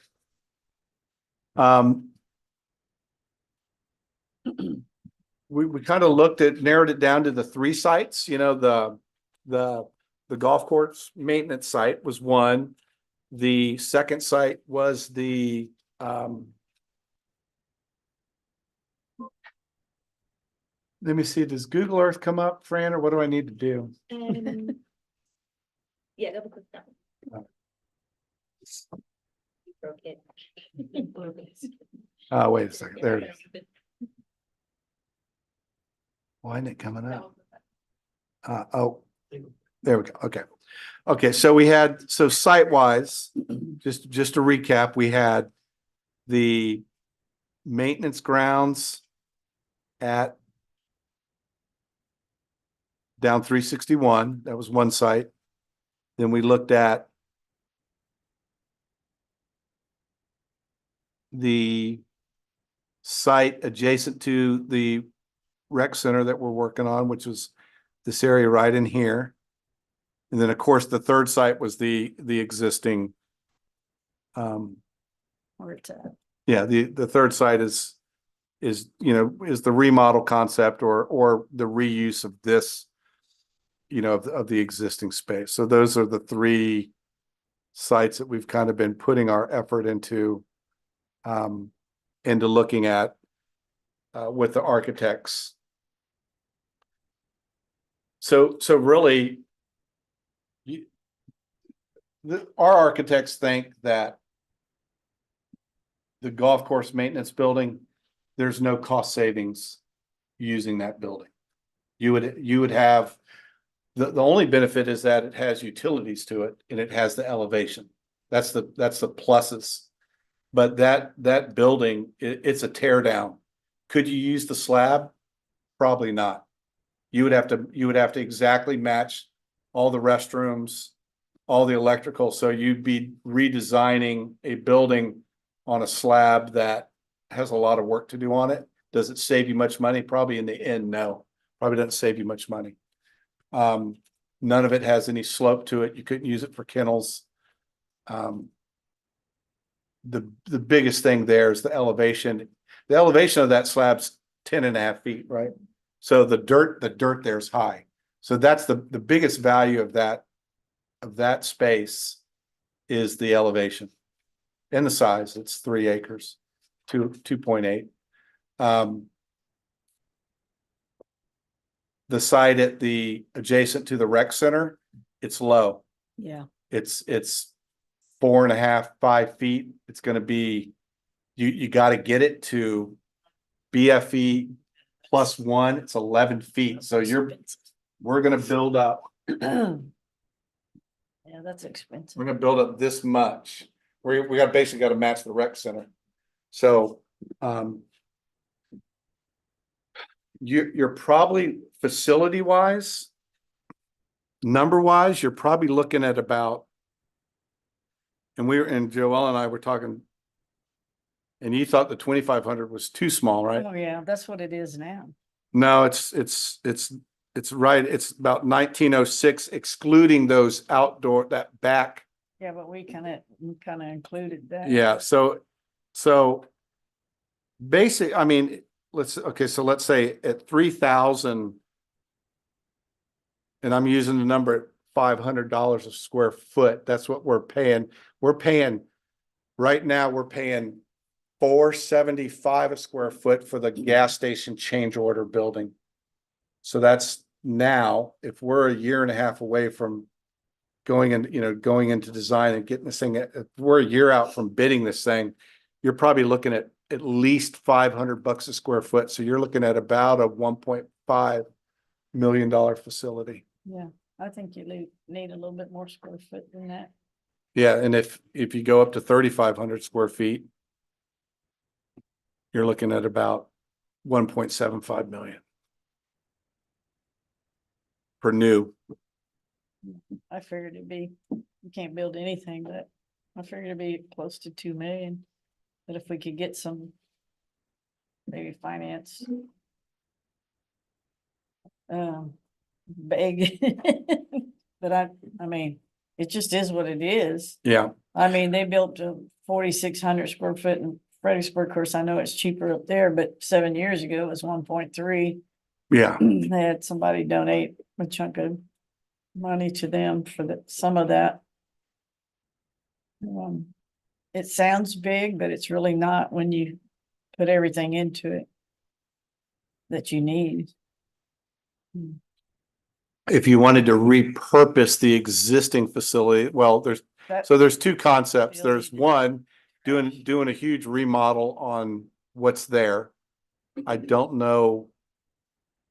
I don't think You're it's- throwing, that's not a great facility, you guys. It's trash. beyond its age. So if you did something there, you gotta keep that building in function while you build the new one. So you would probably come over here and build a new one in here. And then you would demo this. That's really the only thing I can think of. And that's high there. Yeah, that's high. That dirt's about 10 feet. Because the current facility is below, right? So. It's not that much lower. But if you did more than 50% demo, you'd have to go and do the whole thing, just. You'd have to build it up, but I think, Chamber is one, but above the B. yeah, and the chamber didn't have, the library didn't have water in it during Harvey.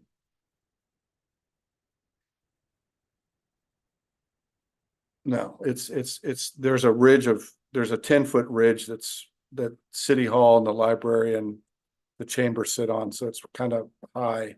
Is there property behind the new public safety building? Very little. Okay. Yeah, I mean, there's, Like Dave said over here, they're not really the only people we get complaints from is the chamber. So, Then the hotel. well, he said he hadn't gotten any, but Oh, no, they- no, there's no room back there. It's 0.29. It's a third of an acre. It's This- small. This location where it's at now, talking about putting the building beside that, I don't know the size of that track, but what what size building could we put there? Could we put a 3,000 square foot building? Yeah, you could. Well, the building that's there is concrete block. If it could be utilized for, say, a, quarantine room or the vet room or something like that, I don't know if that'd be feasible or not, but I mean, use the old building as something? well, remodel it to the fact that it could be Oh, a partial, but, the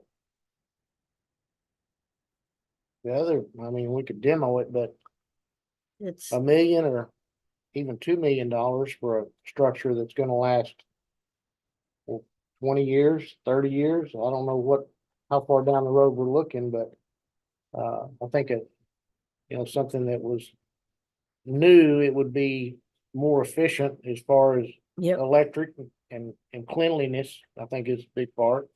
And I'll have some other numbers for y'all showing some other places what in a 4,500 square foot, what they run a month and stuff like that. Oh, for utilities? Yeah, utilities and 2 ACOs and it was really not as much as I thought it was gonna be, but.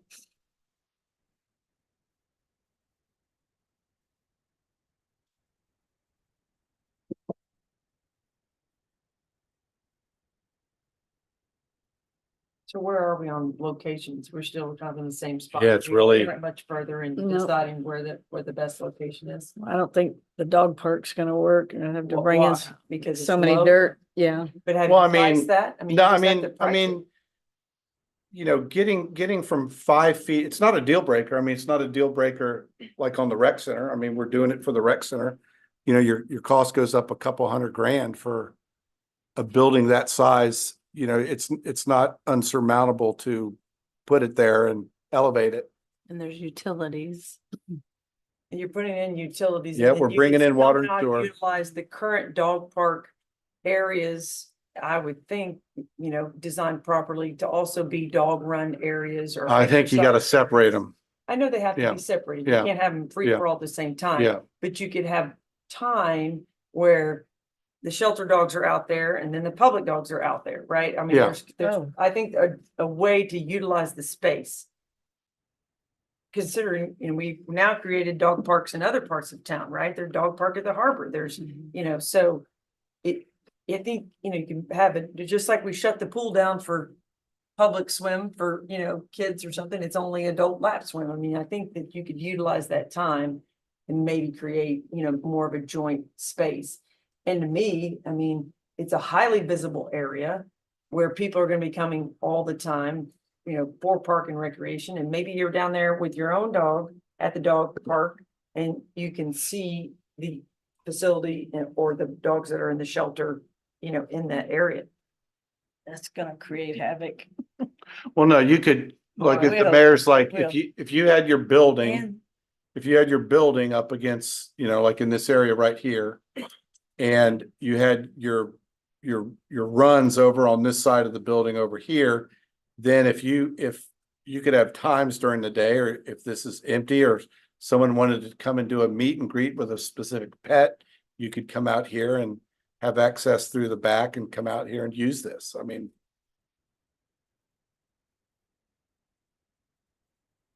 Why not? I think any of the locations are workable. It's just a matter of, we need to figure out which location so we can begin the process to start designing and working. I don't have a problem with any of the locations. It's just, we need to get together and make a decision so we can move forward, because things don't happen fast. Right. If we choose to go with the location out there at the park, then we figure out, the cost. And cost of the building is probably gonna be the same where we set it. It's just a matter of it's a new the facility. elevation and the utilities and what we Right. bring in there to do it. And the long-term purpose of each location, right? Like the discussion we had the last time. If the facility out by Palmia was designed or donated to be a fire safety building and we think that's gonna utilize that entire space at one point, then it doesn't make sense to put a dog animal shelter, and excuse me, just animal shelter there and then totally negate the use of that property to its fullest extent. If the part where we're in now, we think the highest and best use long-term is additional, my opinion, where it is now is not the best spot because we're gonna need that area for future expansion of this entire facility, including parking. Yeah. I mean, I think we're already way out of parking right now as it is, and- Everywhere. and so out, at least at the, and I'm not saying that that's a perfect spot, right? I don't think we have a perfect spot, which is the unfortunate position we're in. But in my opinion, at least out in the community park, there's no immediate need for that space or me seeing a long-term spot. I think it will cost more, but, I don't know. Ideally, I'd love to think that there's somebody, some other spot. So. Oh, there's Rebecca. Yes, but we can't have a 6-hour discussion because that's not what we're, The only sorry. thing that you haven't taken into account is that that's out there, we're gonna have a major mosquito problem. Mosquitoes are everywhere, Rebecca. I'm so, I mean, I'm not talking about me, I'm they're at my house, they're at your house, they're everywhere. Yeah, it's not gonna be any better. Well, Yeah. I know, and I But think we that's can't- unfortunate, but I yeah, mean, they're everywhere. They're out the shelter right now. Dogs get, nobody's gonna wanna mix their. I think it's Family locations, and then of course we live over there by the park, Yeah. but you're always talking about having animals and having opportunities for them to be finding homes. Yeah. Of all three, that's probably the best place, cause you got a lot of kids that go It's to the true. parks, go to the pools, high school events, there's always people moving around. My daughters are always screaming about wanting another dog, and I'm always one taking care of it. But that's. Well, you can come over to the shelter. We have some for But those. I mean, girls. We have one just for in each. of you. regards to the places, I wish there was some other places And we there could look at, but yeah. it's just really. In regards to time and everything else. So for budget purposes, because that's what this item is. So we have money in the budget. It's been sitting in the budget to spend on the current facility. Correct. I thought at the last meeting we discussed that because we don't have anything even remotely started, that we were at least agree upon spending some money now to help at least get the existing facility suitable, right? Right. So are we still moving forward with that, taking the existing money in the budget to do some things to make it, fix the AC, create more shade structures, whatever it is? Well, we also discussed that that's just like throwing the money away because it's not gonna fix that facility or help it, give it any more space. And it doesn't have any ventilation. You can fix the AC all day long and you still don't have any ventilation in there. And they've got plugs with 6 plugs coming out. It's just, it's about time to tear it down.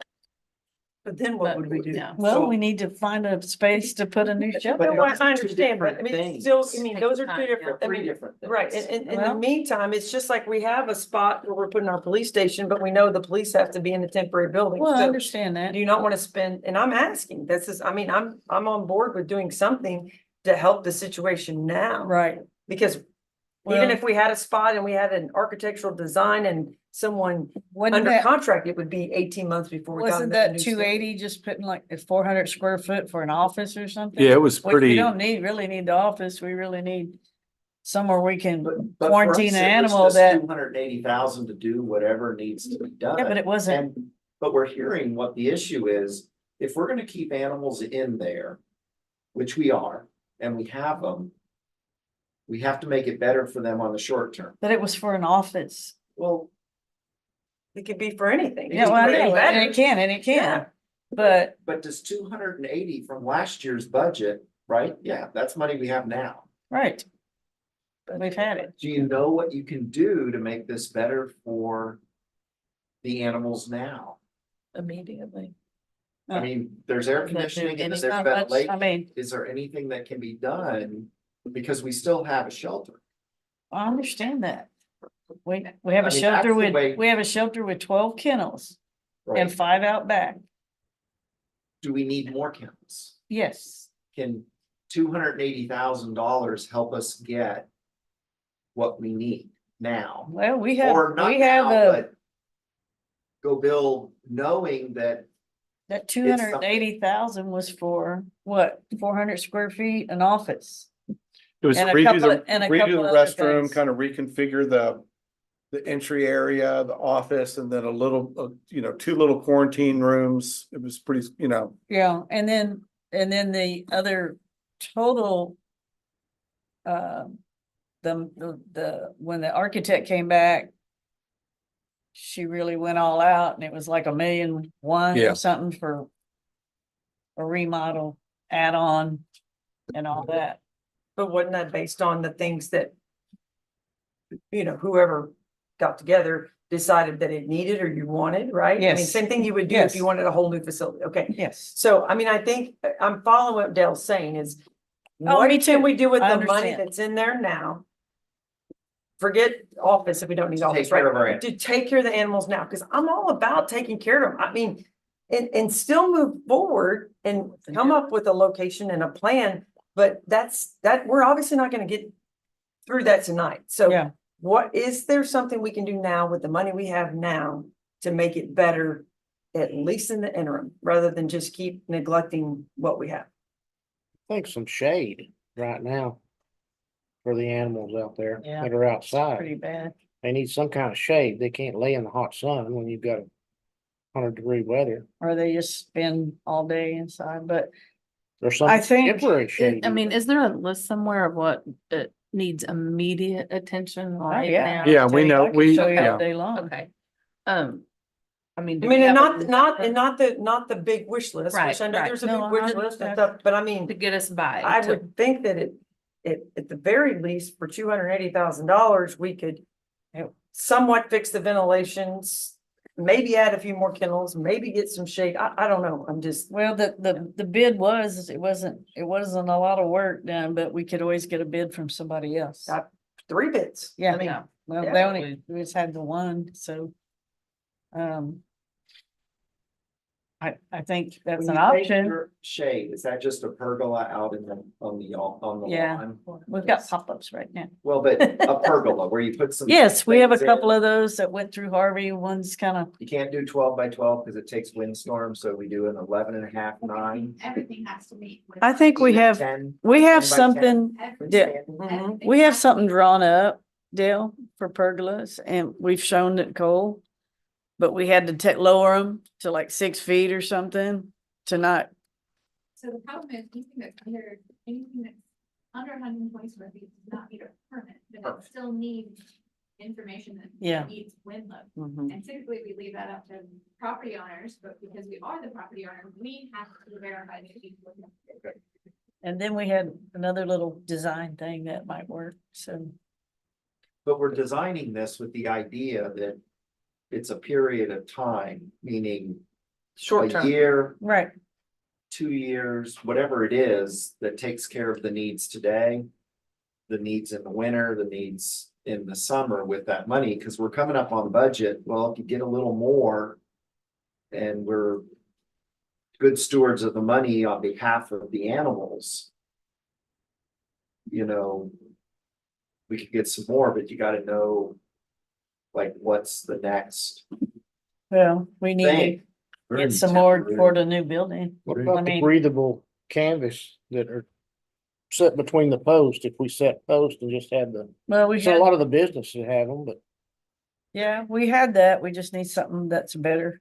Dave, we got any temporary building options, kind of like what we did with, we looked into certain housing things and we always found certain options. Does any of our public buildings, temporary buildings we've been utilizing for other services coming up that we might could utilize any of those for? Well, the fire station's gonna be up in about a year, but We gotta do something. the police goes back. Goes back, it's not ours. And the other buildings that we have temporary are monthly rentals from companies. What about the Turnbull Gas Department building? Is that something that could I doubt it. work, I'm just saying something temporary.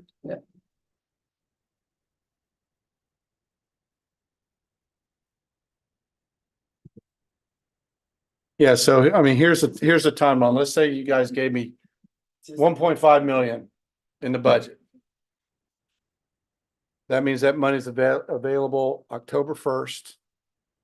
If you hired a design consultant in November, they would be in design for probably 8 months to get you plans. So November, December, January, February, March, April, May, June, you're probably June before you have a bid set of documents.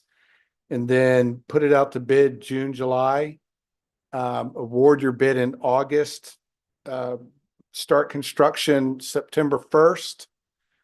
Probably 6 months of construction.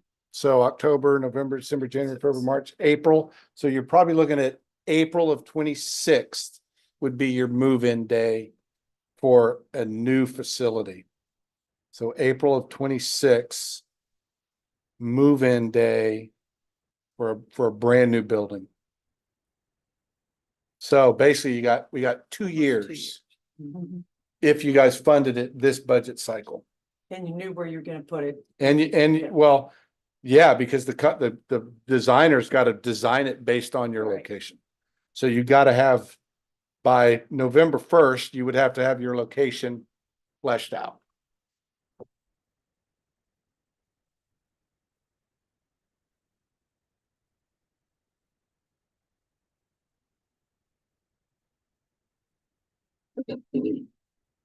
That's your quickest.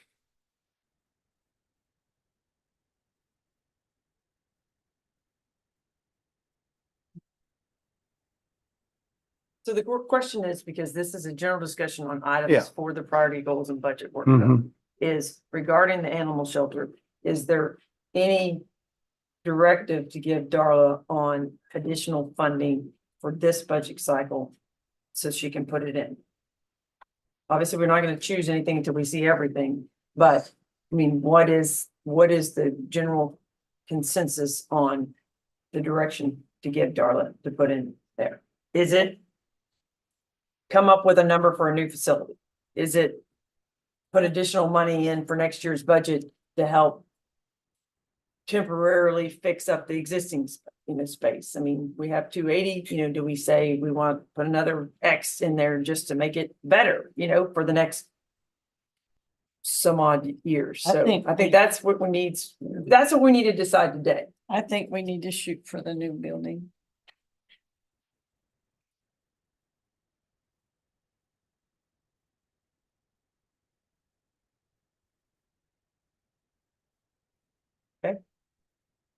You do the full building, because that'll go in the next year's budget, or do we put money aside for like design, site design, like when you do concept design and all that, you don't go for bidding out. You want to put the money like it's gonna get bidded out. No, I don't. I think you. just No, need to- because I think what you guys would do, because for a new facility, you're not looking at starting construction until October of 25, which is the next That's budget next year. So you would, in this budget cycle, you would just say, all right, we're gonna build a $1.65 million facility, and I want 12% for architectural fees. Right. You want 200 grand in the budget for design services.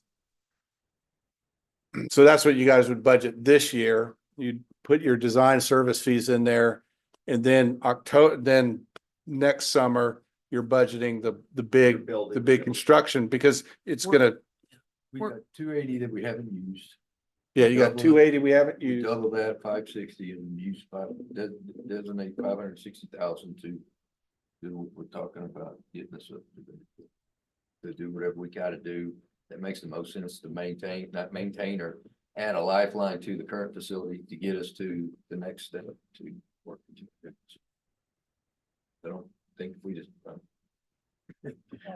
Yeah, I mean, I think that's the key, right? I mean, the money's been sitting there, it hasn't been spent. Right. I don't think you want to just put all that now just in a design. No, I think we need to keep that, reallocate, keep the money there now so that we can, if we can come up with a number in the next 30 days and get someone working on it in the next 60 days, then we can get that stuff going before before October 1st. Because if we take it all now and say, put it to next year, then you're not gonna be able to spend a dime on it, Right. until October. But, I mean, Should, Yeah, should we, I or agree.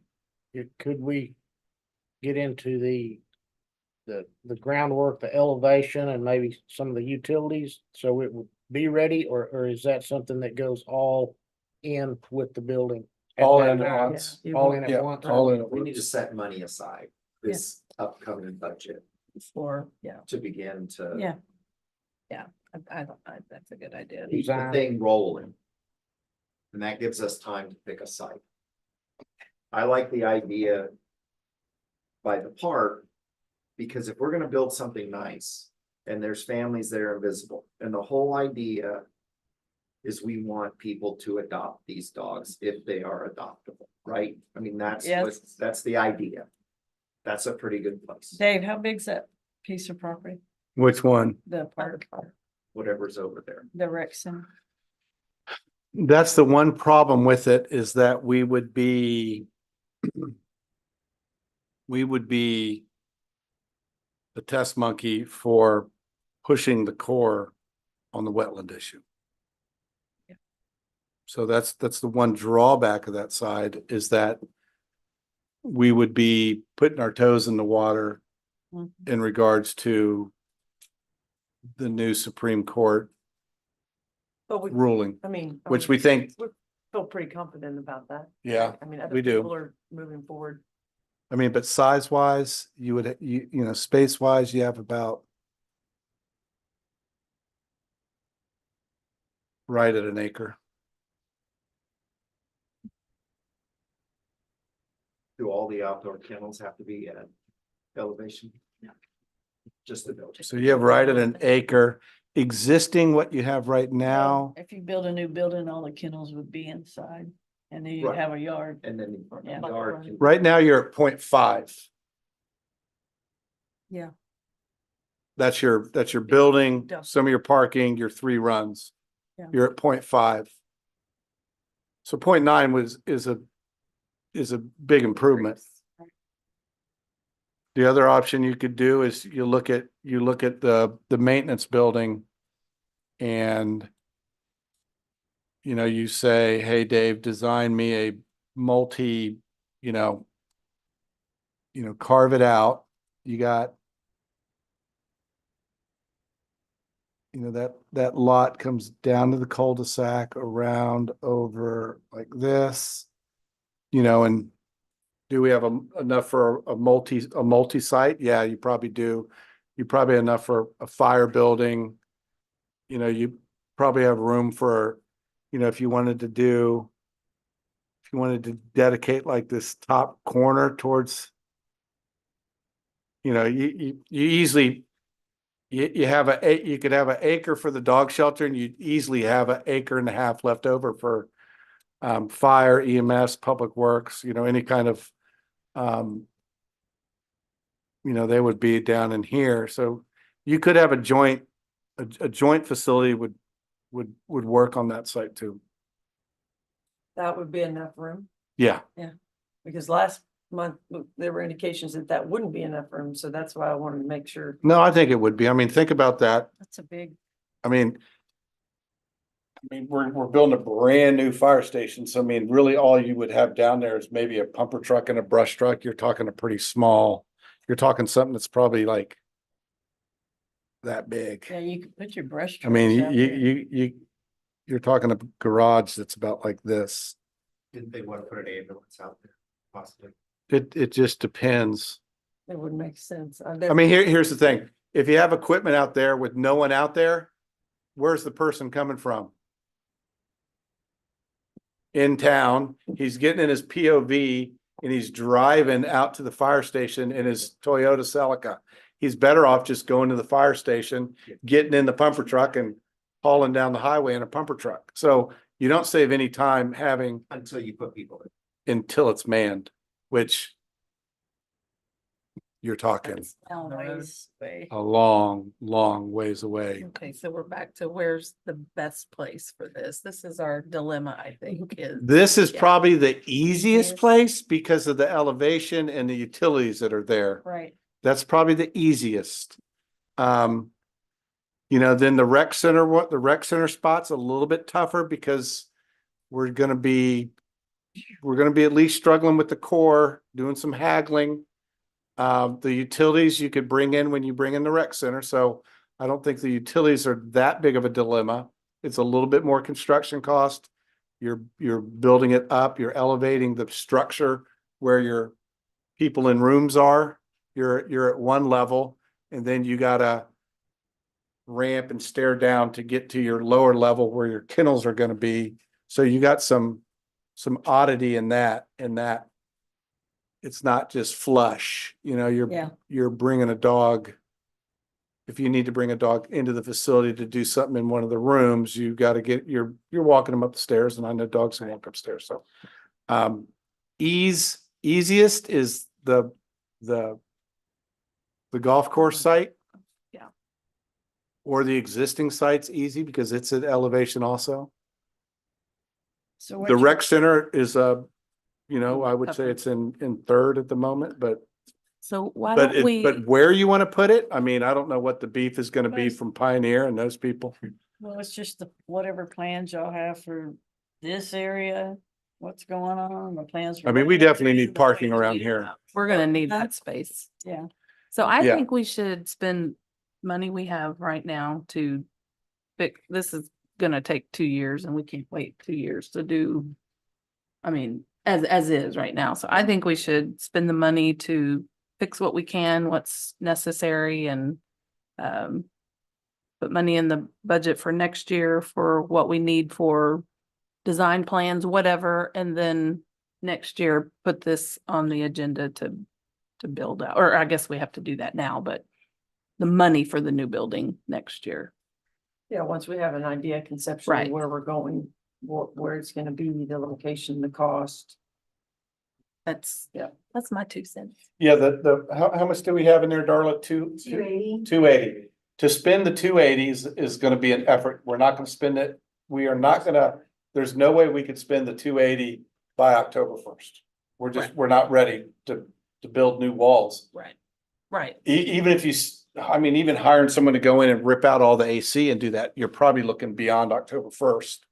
I mean, it's gonna take you a while for the architect to come up with a scope of work. And maybe we need more than that in the next, I don't know, because I haven't seen any numbers. of what We needs could to be leave the 280 in, let it ride into the next budget year, because I think that's when we'd use it if we did use it. It's gonna take us 4 months to Right. do the Okay. Band-Aid thing. And then you put in the 200 for design. With the hope that by November 1st, you have your site. picked. Okay. All right.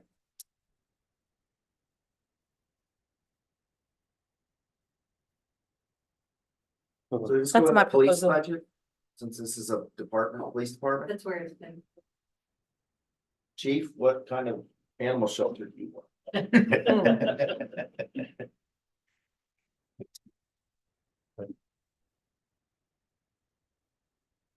Okay, So it's an idea. Okay. We got till August. Staff will keep working on these sites. And we'll just keep hammering it out. And I think we'll wade into the core arena. Starting Monday, we'll pay a visit to the core and see where we're at with this wetland, using wetlands. All right, all right. What were the other items as far as? Oh. that was really it for me. I had So just they- those 3 big ones. And so the streetscape was 7 and 9 and 11 million. No, I'll bring those numbers to you guys in August, but it'll, we valued engineered them. We got Cotter down to about 5.5 and G down to about 5.5. And I think we ended up at Alistair at about 7.5. We knocked a couple million off that. Is the thought between doing this is making it better for the current traffic or the people or the pedestrian walk? I understand making it look nicer. That's good. Is it more for getting people more walking access? Is it for developing different types of businesses or something? What was the impetus on? Other than it's gonna look nice. Well, I mean, the strategy. Make it you look gotta, nice. I mean, I'd go back and show you that first slide where it had all the words, you know, Yeah. pedestrians and, Right. Okay. I mean, it's I that, think that's the aesthetic concept. and Yeah. usability, It's a hodgepodge. accessibility. It's all stuff that came Yeah. out of the comprehensive Right. plan, Yeah. right? Okay. And I think that as we continue to, you know, Work towards it, yes. as these areas of town continue to evolve and change, no matter what the business concepts are, right? I think it's important that we as a city start working now to get walkability and sidewalks and better lighting and. Yeah. Yeah, I mean, obviously everyone wants to make it look nicer and those designs had heavy vegetation and things that do cost a lot of money. We don't have to go the full ticket on all of that, right? But I think at the very least, we have to start somewhere and start making a plan because as it is, we have sidewalks that are some places falling apart, right? And the roads are, you know, at some point will get to be redone and have to be redone. And so if we have a conceptual plan approved or design approved, you know, or a plan that we're going to put in place, and that can be done at the same time because you don't want to say, well, let's go in and put sidewalks in and, oh, 3 years later, now we have to rip out all of Allister and redo it all over again. Okay. That's not a good idea. So it's just making plans moving forward. And so I think that we as a council want to agree, you know, we don't have the money to do all three, right? I Right. mean, that's a given. I mean, you're right. But I think we should look at, okay, Allister, Cotter, G, do we want to do this? And where do we want to focus heavier on? Lighting and sidewalks with light vegetation or heavy vegetation, heavy sidewalks? Don't worry about the lighting for now, you know? And then I think we do also need to think about, again, think about those streets. Okay, out of Cotter, Allister and G, which one is going to need any kind of resurfacing, redoing, new sidewalks, better curb and gutter long-term? And maybe we figure out which one we choose based on those decisions, because those are expensive too, right? And I don't want to see us spend money on something and have to get it all chopped up and cut out later. I think the Charlie Pastor Inner Harbor, whatever you want to call it, park, is a whole separate, obviously, piece that also is going to cost money. But I think that's something that we need to invest in as well, because right now, I mean, we've spent all this money on the bulkhead. The road's deteriorating as it is. We have this beautiful asset in the nature preserve park at the end. We got to do something. Does it have to be, again, that big grandiose thing? No, but we can put money in there to figure out what we can do to improve that space and enhance, you know, a lovely part of our city that can be used not only obviously for residents, but for tourists and, you know, many things here to come. I mean, ecotourism, nature tourism, all that stuff is a big part of who we are. I mean, I'd like to see, I mean, I have people ask all the time, what are you gonna do with it now? Are you just gonna leave it like that? You know, I mean, again, we can probably figure out a variation of that plan down to value engineer. Yeah. But it needs a better road, it needs walkability, it needs accessibility and. It's like a little mud pit up there sometimes. All the time. Yeah. All the time. As the water comes over. And there are a lot of people Yeah. that go down there. Right. You see a You know? lot of people. So. There's a happy medium between what we We're have not now gonna and be able what's, to do all things, Right. no way, but we have to start somewhere. Yeah. but we need to start somewhere. Do you think that the bulkhead's the thing that gets done next? That- Would you think to do a street and the bulkhead or just get the bulkhead this year coming up? I think we need to see our number on July 26th, see where the Right. numbers fall in. See what we have with all the other things that were in our wish list. Yeah. There's a lot of stuff on the Big wish list. You know, list. You know, and It's it's what we want to maybe see. we don't get to do very much of anything, but we keep these things in the forefront and know that, okay, we need to continue to set money aside to do them at some point. Yeah, maybe we start with one street. On the road repairs, do we have any plans like Avenue C and some of these areas that need to? Looks like they're getting to a point where they're gonna need some. Well, they're not in this bond. I mean, but, think about it, you typically should be in the habit of doing a big street and drainage bond every 4 to 5 years, just to keep up. I mean, the average street life is 15 years. Alistair, it could use repaving right now. We milled and paved that in 9. Wow. So I mean, I think it was 9. Is it 9 or 11? No, Was it with Oleander? No, Oleander was by itself. I think Yeah, it was Oleander. 2009. I think it was 9. So it's 15 years old. So I mean, you should be redoing your heavy streets are about 15 years. Maybe your lighter side streets get 20, but you should. See, those for quite a bit. You can just tell them. Oh, yeah. They're Yeah. very far in the Mhm. continual traffic we Yep. keep having. It's just gonna deteriorate. Yeah, A and C get a lot of traffic. All right.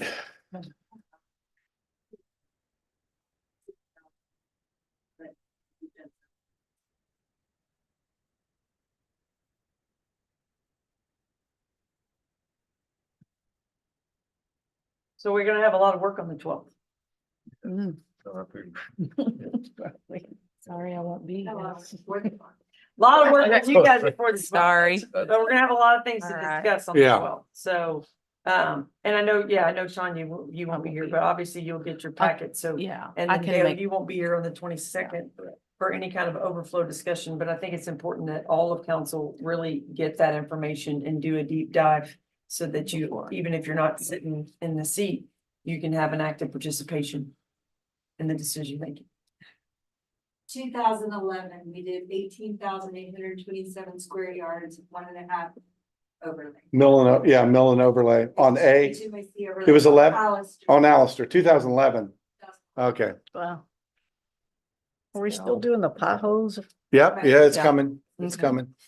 all right. Okay, anything else in general on any of the other priority and goals workshop items? Anything anybody thought of? In the meantime, No, need to make sure. I have these dates. okay, Trash can. No, it's in there. what, It's in there trash cans where, on the beach. Years, but just. around wherever- town? Wherever we can put them. Yeah, no, I mean, and I think that's part of the streetscape, there's little Yeah. trash cans and Yeah. benches and You can put trash cans. you can put them out next week if you, okay. You knew where they were and what would look. Hey, Darla, trash cans. She's got it. All right. So then item 8, city manager report. Okay, I was just gonna give you guys just a quick recap on Hurricane Beryl. Just so, and I was sending you guys updates, I think, pretty regularly, so I think most of you know what we were up against, but just a real quick recap, and if you guys wanted to finish it with some thoughts of guidance, if you had any ideas, but staff started watching this storm beginning of the week, like Monday, Tuesday. It was the yellow blob east of the Windward Islands. Came in there pretty hot and heavy as a Cat 4, absolutely demolished. Was it Grenada? No, Mhm. yeah. Just leveled the whole place. I mean, it was super tragic what happened there. I don't see how they'll rebuild. No way. I mean, every light pole, everything was demolished. It then downgraded back to about a 3 and a 2, slid underneath Jamaica. I think Jamaica got lucky. They didn't get nailed. It was kind of south of them enough to where they had pretty heavy winds, but it went into Cancun as I believe a 2. And then tracked a little bit. That's when we started getting a little bit nervous because it instead of tracking, it track kind of changed and started getting a little bit more northwest in it. And that's when it went around Tuesday or Wednesday. It was it had left from Mexico, the line had shifted up to South Padre. And then around Wednesday, it was South Padre. And then around Thursday, it was mid-coast, like kind of no man's land, Kennedy Ranch. And we were like, oh crap, it's starting the swing. By Friday, it was already they had already, in the National Weather Service call, I think it had already shifted up to Corpus Christi and Port Aransas. Friday night, 7 of the 18 spaghetti models, their line went right through Port Aransas. So we were like, so Friday night, we were like, or no, Friday morning, that was Friday morning. We were like, oh crap. Friday night at the 5 o'clock meeting, the models had all shifted to Aransas Wildlife Refuge, Palacios area. And we were like, all right, this thing's swinging. We're going to wake up Saturday morning and it's going to be up in Surfside and we're going to be okay. We're not going to have to do anything. We woke up Saturday morning, came into the 10 o'clock call. It had wobbled back to the west and we were like, oh crap. So now all the models that were slowly doing that shifted back to Port Aransas. So that's when, you know, we kind of had our backs up against the wall. We had 60,000, 70,000 people in town. And we were like, all right, we can't wait another 12 hours to the next National Weather Service call. Mayor made the call at 10 a.m. based on that shift back to the west and back to Port Aransas. You know, we had to get the people out of town. So it was a good call. We got the people out of town. Sunday morning, we woke up to that call. It had shifted a little bit more to the northeast again. And so we kind of breathed a sigh of relief. I think it made hurricane status right at the bitter end. It ramped up to a Cat 1 and it beat up Surfside and Freeport really good. Of course, you guys saw what happened. We were on the good side. It was about 50 miles off our beach. The eye wall was about 50 miles plus or minus off our beach. Made a huge difference. I mean, what a difference being on the good side makes. You guys saw what happened in Houston. 2.75 million people without power for days and days and days. I think my sister got power Friday morning in Sugar Land. It was a great, I think staff did really good. I know some council members came into all the meetings there. We had a good presence. It was good to know, you know, we've always heard that, oh, you can't get off the island in time when there's 80,000 people. But I think we proved that we can get people off the island when we need to. So I think that was a good call. It was organized. Police did a great job. We got the word out on social media, and I think we had a lot of people voluntarily, you know, even though the mandate was noon on Sunday, I think a huge chunk left Saturday night. They heeded the warning and they got out of town and it was nice that it was split up in between the 2 days and it wasn't all just Sunday morning. So that helped. But I think overall for staff's perspective, the beach guys did a great job getting stuff off the beach. I think we pulled the trash cans off a little early. We should have left a handful of them out there. But you picked up all the We- trash Sunday we morning. did a lot of- Really? We did a lot of hand picking Saturday. What day was that? Saturday or Sunday? We had the hand. Sunday. Yeah, was all so- the hand pick. Yeah. So couple lessons learned, you know, leave some of the trash cans out and you can get them at the last minute. The guys boarded up really quick. I think the Parks and Rec crew, they do all the boarding of the 20 buildings. I think they really slammed it because Colleen wanted to start Friday and I was like, I said, just wait, be patient. Let's see what this thing's doing. So she didn't get the green light until Saturday morning. So her crews did a good job playing catch up, getting everything boarded up. Admin did a great job getting all our records ready to move. So we were ready to pull the trigger if we needed to. So I think we got prepared really quick. So I was pleased with staff. Anything you guys saw or any thoughts on your guys' end would be appreciated or I got a lot of compliments on how well the city and even Nueces County handled the situation. I had people calling my salon, calling the restaurant, just complimenting, wanting me to spread the word to you guys that you did a really good job. And I got nothing but praise. I didn't hear a lot of negative. Yeah, the only thing that made me nervous is when they closed the ferry at noon. Yeah, that's If- something, If yeah. something did happen, it might have been a little bit more difficult to get the rest of us down that road, but hey, who knows? I mean, Yeah, that took some wrangling. It's an area we got to work on. We got a new ferry operator. We got, the district engineer for TxDOT's out in a week. So, yeah, we had a little hiccup with that, but I think we can get that ironed out. And I felt Yeah. like Sunday, everybody, it was a ghost town Yeah. Sunday. I had a lot of, we closed the Cajun at like 7 o'clock Saturday night. I had to go work. 'Cause some of my employees didn't want to work. So, we were full. We had a lot of, people that were leaving after they ate. Yeah. So they're like, we're gonna eat and get off the island. So, Yeah, I think, because I drove around a lot and there were still a lot of people here on Saturday night Mhm. coming Yeah. again.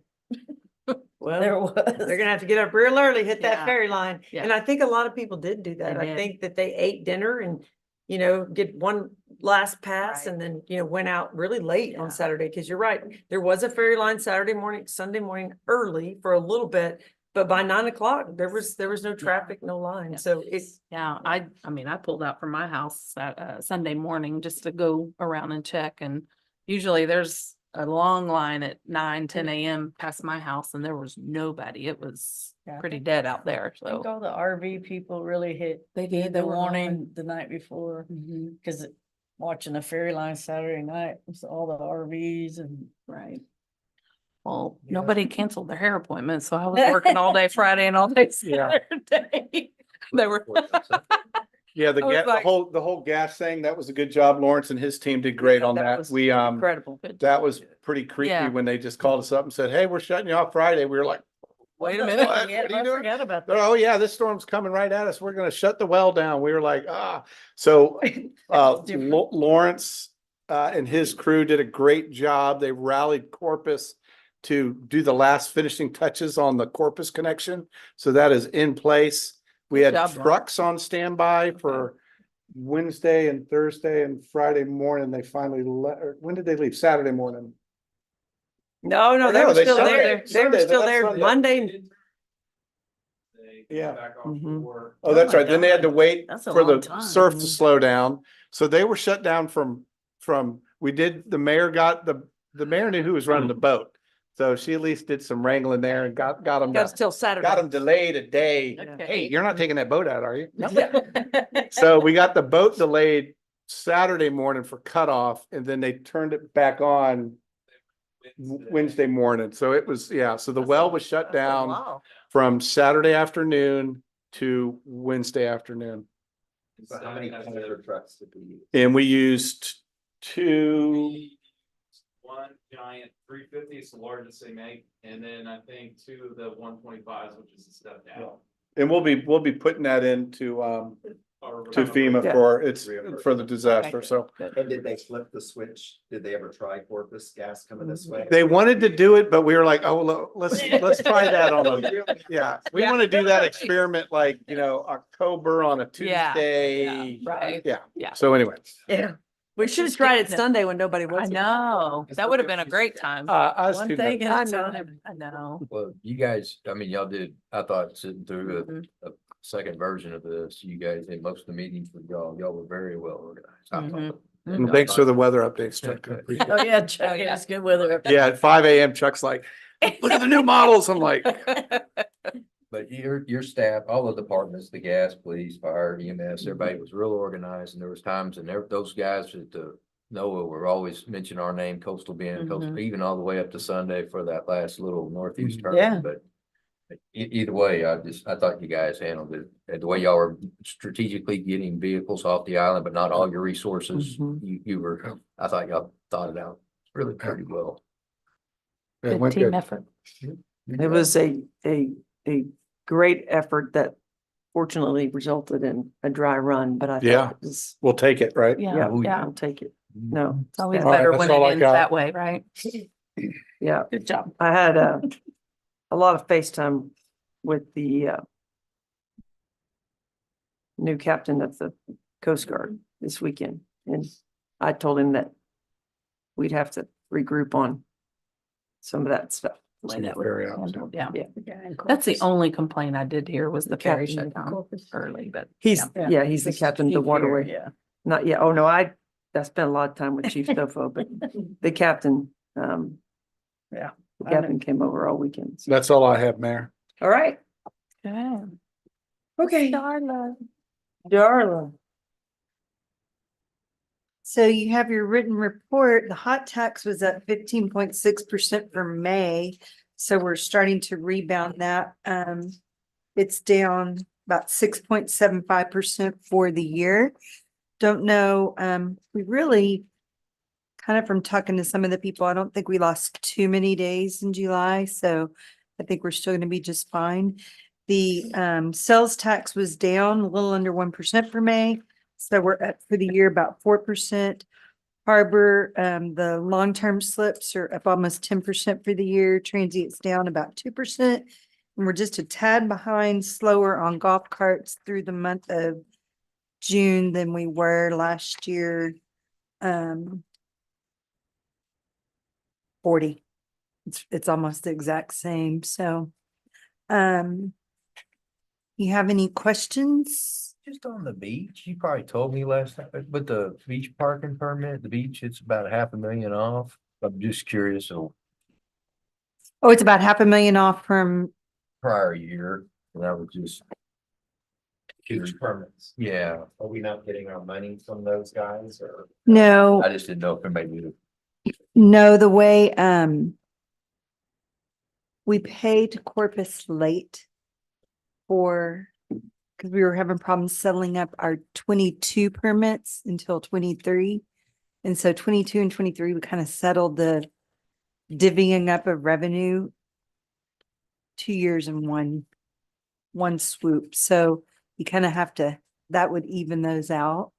If you pushed one revenue share back 1 year. If I'm making sense on what Yeah. I'm Yeah. saying. Okay, I just, thank you. certainly. Darla, didn't we, we got that $1 million from the port. Have we got our last, I mean, No. is that? We're not to the million yet. We will be, I think we're at 600 or 800,000 right now. It's being held in a separate reserve line. So what you see in your general fund reserve is not including that port number that's to be used for fire equipment. I think they have 2 more years to pay. Yeah. I think this year and then God, next year we'll like get it us to our should be up million. already. Yeah, I think we're at we have 600, I think, at the bank right now. You been crunching numbers? Hmm. I say you've been crunching numbers. Started crunching numbers and after tonight, I have a whole lot more to crunch. Those are some big dollar items, but Really we're looking for other avenues for different things, so never know. Okay, Thank you, thanks, Darla. Darla. Thank you. All right, Lawrence, citywide capital improvement projects. Let's see, Charlie's Pasture Shoreline Bulkhead, we're at 95% complete. Finalization of project is in progress. We're working on signs. They say do not climb over walls. We're Good. doing it A in lot of English. climbers recently. Huh? I said I just Climbers. noticed a lot of people on the inside Yep. and it's so dangerous. They're done. We need to pick them up tomorrow. Okay, yeah, If you could get them. They're in English and Spanish. that's right, English and Okay. Spanish. Trying, you think people will read them and obey? And obey. We'll see. At least you can say I told you Yeah. so. Yeah. Go to the board bar next. Yeah. Will be installed as soon as we get those. Okay. Let's see, hazard mitigation drainage funding. Contractors are completed with their work. That's gonna be Gerke over there on E. There's some punch list things to be done and some cleanup, some seeding and asphalt patching, but the streets are all open now. Fire EMS, piers are being drilled in preparation for pouring the slab. Sites, civic work and pad formation is ongoing. MEP underground work for the foundation will start in 3 weeks. Oh, and just by the way, AEP really stepped up on this one and helped us with all the utilities in that back alley, getting those all cleaned up and moved and then redoing all at night. So they really came through in a big way. Here AEP's moving all the electric poles, right? Yeah, yeah. So we're getting that back alley cleaned up, so, because we're gonna be using it a whole bunch. Mhm. And then all at night too, so. Yeah, so distribution's at 63% complete. We're still drilling in pipe. Harbor Master Building and Pavilion, substantially completed. Punch list work is still ongoing, some minor items there. Some of the things include, we're installing some bollards and ADA ramp touch up. The lighting that's been ordered, so when that comes in, we're gonna get that in. The cord charging stations are gonna be installed, so a couple little things like that. Nature Preserve boardwalk pilings are installed. Beams and joists are being installed. Public safety building, exterior stucco work ongoing. Interior masonry block is completed. Sprinkler system installation ongoing. Plumbing and electrical rough-in are ongoing. Roof is completed. Sheetrock is ongoing. The dumpster pad, generator pad are poured. Windows will start next week. Mezzanine pad poured next week. Public Works building, that is in design, plan to be put out for bid in early 2025. Street and drainage bond, drainage infrastructure installation is ongoing on Ross, Channel View, Whispering Sands, Leslie, and South Station. And we have a list here of completed streets, but they are still working. There's still some work that has to be done on the engineering side for the contractor to get back to work on a couple of different streets, but that's in progress. Are there any questions? All right, thank you, Thank you. Lawrence. Thank All you. right, thanks, Lawrence. All right, Nicole, you're up. You guys don't have this sheet in Mhm. front of you. Mhm. And Yeah. starting next month, I'm gonna do things a little bit differently. We're gonna get it in your packet and I'm gonna back that out so that it doesn't go to the current day. It'll just be the. Okay. Oh, perfect. So you'll see the kind of trends are the same. We're not in line with the major 2022 year, but we're basically in line with all of the previous years. This is actually the slower time of year for us. So we've only added about 8 additional permits since the numbers we had last time. So we're sitting right at about 110. Nicole, any Scott, idea what the number was this time a year ago? yes, sir. It's in that little box. Oh, sorry. Yeah. My bad. So in 2021 and 2023, we were pretty even with where we are now. 2022 is kind of our crazy year. Crazy, yeah. Oh, I see. Yeah, I was talking, I'm sorry, I was talking about the short-term registered permits. So we got like registered 2,995 So this I time a year don't- ago. We But- could probably figure that out. It would take a little bit of work. That reporting isn't as easy as it is for our building permits, but I think that we ended the year last year with like 2870 something. So we're by far further than that. Right. And we're adding more every time. So we'll see. I think that number is easily going to get to, 3,000, 3,100 before the end of the year. Thank you. Laura's done 353 inspections. That again will ramp up in the fall. And still not very many complaints to the complaint. I think a lot of those do go to PD. I spoke at length with Steve DeWitt, who runs Life in Paradise, and he says that they get a lot of phone calls just from the signs in the front and the neighbors. So I think that whole program is kind of working out. Yeah, I think so too. Scott's working out good. Scott's doing a fantastic job. Yeah. He's fitting in very well. He's very knowledgeable. He's got a good kind of even keel Demeanor, yeah, personality. yeah. He's tough when he needs to be tough, and he's helpful when he needs to be helpful. So he's doing a really good job. You're gonna introduce your, We did. oh, you already did? Go. I know. I thought we were gonna do it again. I wasn't here. It was in May. Oh, that's right. Yes. Tess has been here for a few months now, and Yeah. he's also doing a fantastic job, putting in well, and learning the ropes. It's a lot to learn.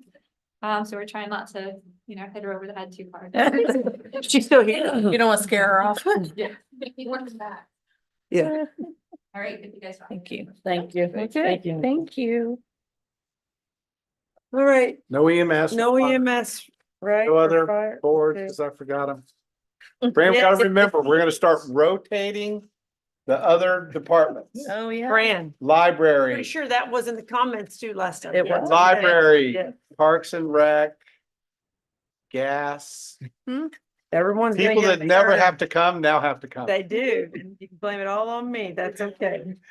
Right. I'm gonna say from David. We'll get Oh, BJ in God. here. Well, we need to change this. It says executive lieutenant. Need to cut All right. that Oh, This is cheap. Chief, yes. What does it say? out. Oh. So we've got, the June summary here. Oh, the second. We were one call shy of 4,000 calls for service, last month. So we are definitely picking up. You can see by our numbers there. I won't read them all off to you, but I will say that we are seeing a slight uptick in the golf cart on the highway citations that are coming in, but nowhere near what we've historically seen. So even though are we're they starting still to- driving on the sidewalk or are they on the highway? No, both. Both. Both. Both. Well, they're not getting very far on the sidewalk. Right. Oh, we had one the other night that They was can playing the squeeze slalom, down going down. around, going around. Get him? Oh, yeah. Yeah. I mean, there's no They excuse. can in- Yeah. squeeze through there. Yeah, so, I told some girls by Dollar General the other day, they were young. I don't even know if the driver was old enough, but we got a lot of those. I too. assumed she was, and I told her to go that way. So anyway, So that we're starting to see that kind of tick up a little bit, as the crowds get bigger and things like that. 34. So the significant stuff that we've got here at the bottom, got 24 sworn spots. All my dispatch slots are full. I have one guy starting next Thursday. Michael Hannon, he used to work for us, Oh. for 10 years. So he's coming back. He's gonna be a lieutenant with us. I've got one guy that just finished the background process, Yeah. so we're gonna Good job. move him down the line and the process and hopefully get him on board by the end of July, the 1st of August. And we just completed some interviews last week, and we've got 2 candidates that we're gonna put in background, so all goes well, we're gonna be full staff, before the end of summer is what we're hoping. So Very all across the board there. That's the good news. And of course you see the drowning that we had down on the beach in the month of June. Is the not so good news, but, yeah, we're definitely seeing an uptick in things. We're getting into the peak season. I think July is gonna be a busy report. That Yeah. week, 4th of July week, you know, up until I mean, it was busy. You guys were super busy. Fire was busy, EMS was busy. So kudos because that was, I mean, those were big crowds all week Mhm. long. They were. It's Yeah. crowded in town now. Yeah. Yeah, they're back. Yep. They're back. No, it Yeah, was, we had an hour wait at the restaurant last night, so they're back. Hour Wednesday. wait on a Wednesday. Yeah. yeah, it was definitely a unique first couple of weeks. But it's all good. We got through it. Everything's moving along. How did that? Look pretty semi- sharp there, Al. I know, I told him that too. I was like, Thank yeah, you, sir. I like that, the blue bar, the blue, your stripe. yeah. Yeah, this is hash marks. This represents 4 years of service each one. I'm shy a couple of them. I like the blue. I do too. Looks nice. That means you have to wear them every week. Does that mean our, does that mean our new branding? Is Not that yet. is It's- that the right color? Wendy's sitting there going, that's not light blue 470. Yeah. I did update Oh. the letterhead for the monthly report. with Looks the- I the- saw the that. needle. So Looks we're nice. still Yeah. transitioning to the stuff. We're getting more and more of it out there. Yeah. No, it looks good. So- Everything. How did that semi truck speed chase go yesterday? How did that end? So stupid. That was just another little check mark in the box of Yeah. strange things that are Where gonna did happen that at even come at the from? beginning of my. Stolen. Yeah, That's it was stolen. stolen. The guy had a lengthy criminal history. He Oh. was no stranger to law Criminal. enforcement. So, he wrecked into a couple of cars on Allister Street and went to the ferry landing to try to get out. And when we showed up to confront him, he decided that he didn't want to talk and just took off down the road. So we stayed with him until the troopers got involved. And once there was enough troopers there, we broke off and came back and Let them they'll, deal with it. yeah, they'll chase Crazy. until the end of Where Texas if they did have the to. truck come from? Like, I mean, I wanted- saw it in, it- I saw it going down 361. I was like, what is this? Yeah, Anyway. it was stolen out of Alice, I believe. Oh, Jim okay. Wells County is where it was And stolen. they came to from. Port A. I Story mean, riding. Hey, you know. yeah, thought everybody he was wants to gonna get come to the lost beach. here. I mean, stuck out like a sore thumb. Yeah. It was, Yeah, it was, yeah. he probably hated the Cajun. Yeah, 37? Yeah, he was on 37. It's all They my tried fault. to spike it. They tried to spike it, I think, two times. And I think the third time they were finally successful. He went out in the field. Yep. Yeah, I Went that think it out by was, 188 or somewhere? it was. 37 and 188? It was south of, Mathis somewhere. Yeah. It was well into San Pat County. Yeah. He went a long way. Yeah, he Yeah. did. Well, I heard one of his tires came off and hit a Yeah, building. hit the, what is it, the ag supply right there off SPID. Yeah, I heard that. I was like, and he still went all that way. Yeah. Wow. Motivated. That's an I know. Yes, he- claim. he- I know. I texted you. I was like, high speed chase. And he's like, what? I get Sorry. five EMS. I don't get the good stuff. Oh, man. You You need to talk to. Yeah. No, I here. don't want 4,000. Oh, okay. Alerts. or how Well, much- I'm sorry. Yeah, I wanted to know the scoop. 3,999. That's No, fine. I don't. Yeah, I'll pass. I'll give you a radio. You Yeah. can You've listen. been busy since. Yeah. You've been busy since, yeah. They saved everything for you. Yeah, Yeah. that's all right. All Well, right, we thank you, appreciate Chief. you. Thank you. Crazy. Okay, item 10, city council comments and items for future consideration. The B1 roads. I'll give you an update. I'll Okay. call you. Yeah. Okay. The lawyers are. I don't like that word. I don't like that word. I don't like- yeah, Oh, my it's- God. We're getting there. Put it this way, they're ready to develop, so they're ready to sign. Okay. Yeah. Very good. They're already wanting to do that piece. Huh? They're wanting to do something on it. We said, nah, not until the road. Yeah. So they're motivated. Yeah, I just wanted to reiterate all the things said about the hurricane. I was very, very proud of the staff and the team and very appreciative of Judge Scott's efforts, willingness Mhm. to be very work cooperatively with us, and Mayor Hardo too in Corpus. So that I think it all worked out really, really well. And not only Chief, but David and some of the other personnel were a huge help this past weekend for the boating accident. Yeah. And so I just want to thank you on behalf of myself, but on the families too is a big deal. So I appreciate that. We had a lot of agency partners. I mean, obviously it was a Coast Guard investigation from the very beginning and then their search and rescue. But then after the Coast Guard took their spot and their stance, I should say, that they were giving when they were stopping, I will tell you, Parks and Wildlife did not stop. The Port of Corpus Christi was tremendous in the efforts that they sent and the amount of boats that they sent, the amount of search teams, and then just private citizens, of course, but the agency part was huge and Dave was a big help. And like I said, Chief and all those people. So we've got an amazing community and a very supportive community. And that's why people love it here. And it was evident. So that is all I have. So August 12th is going to come pretty quick. Yeah. Sorry, Carla. Sorry, Carla. Okay.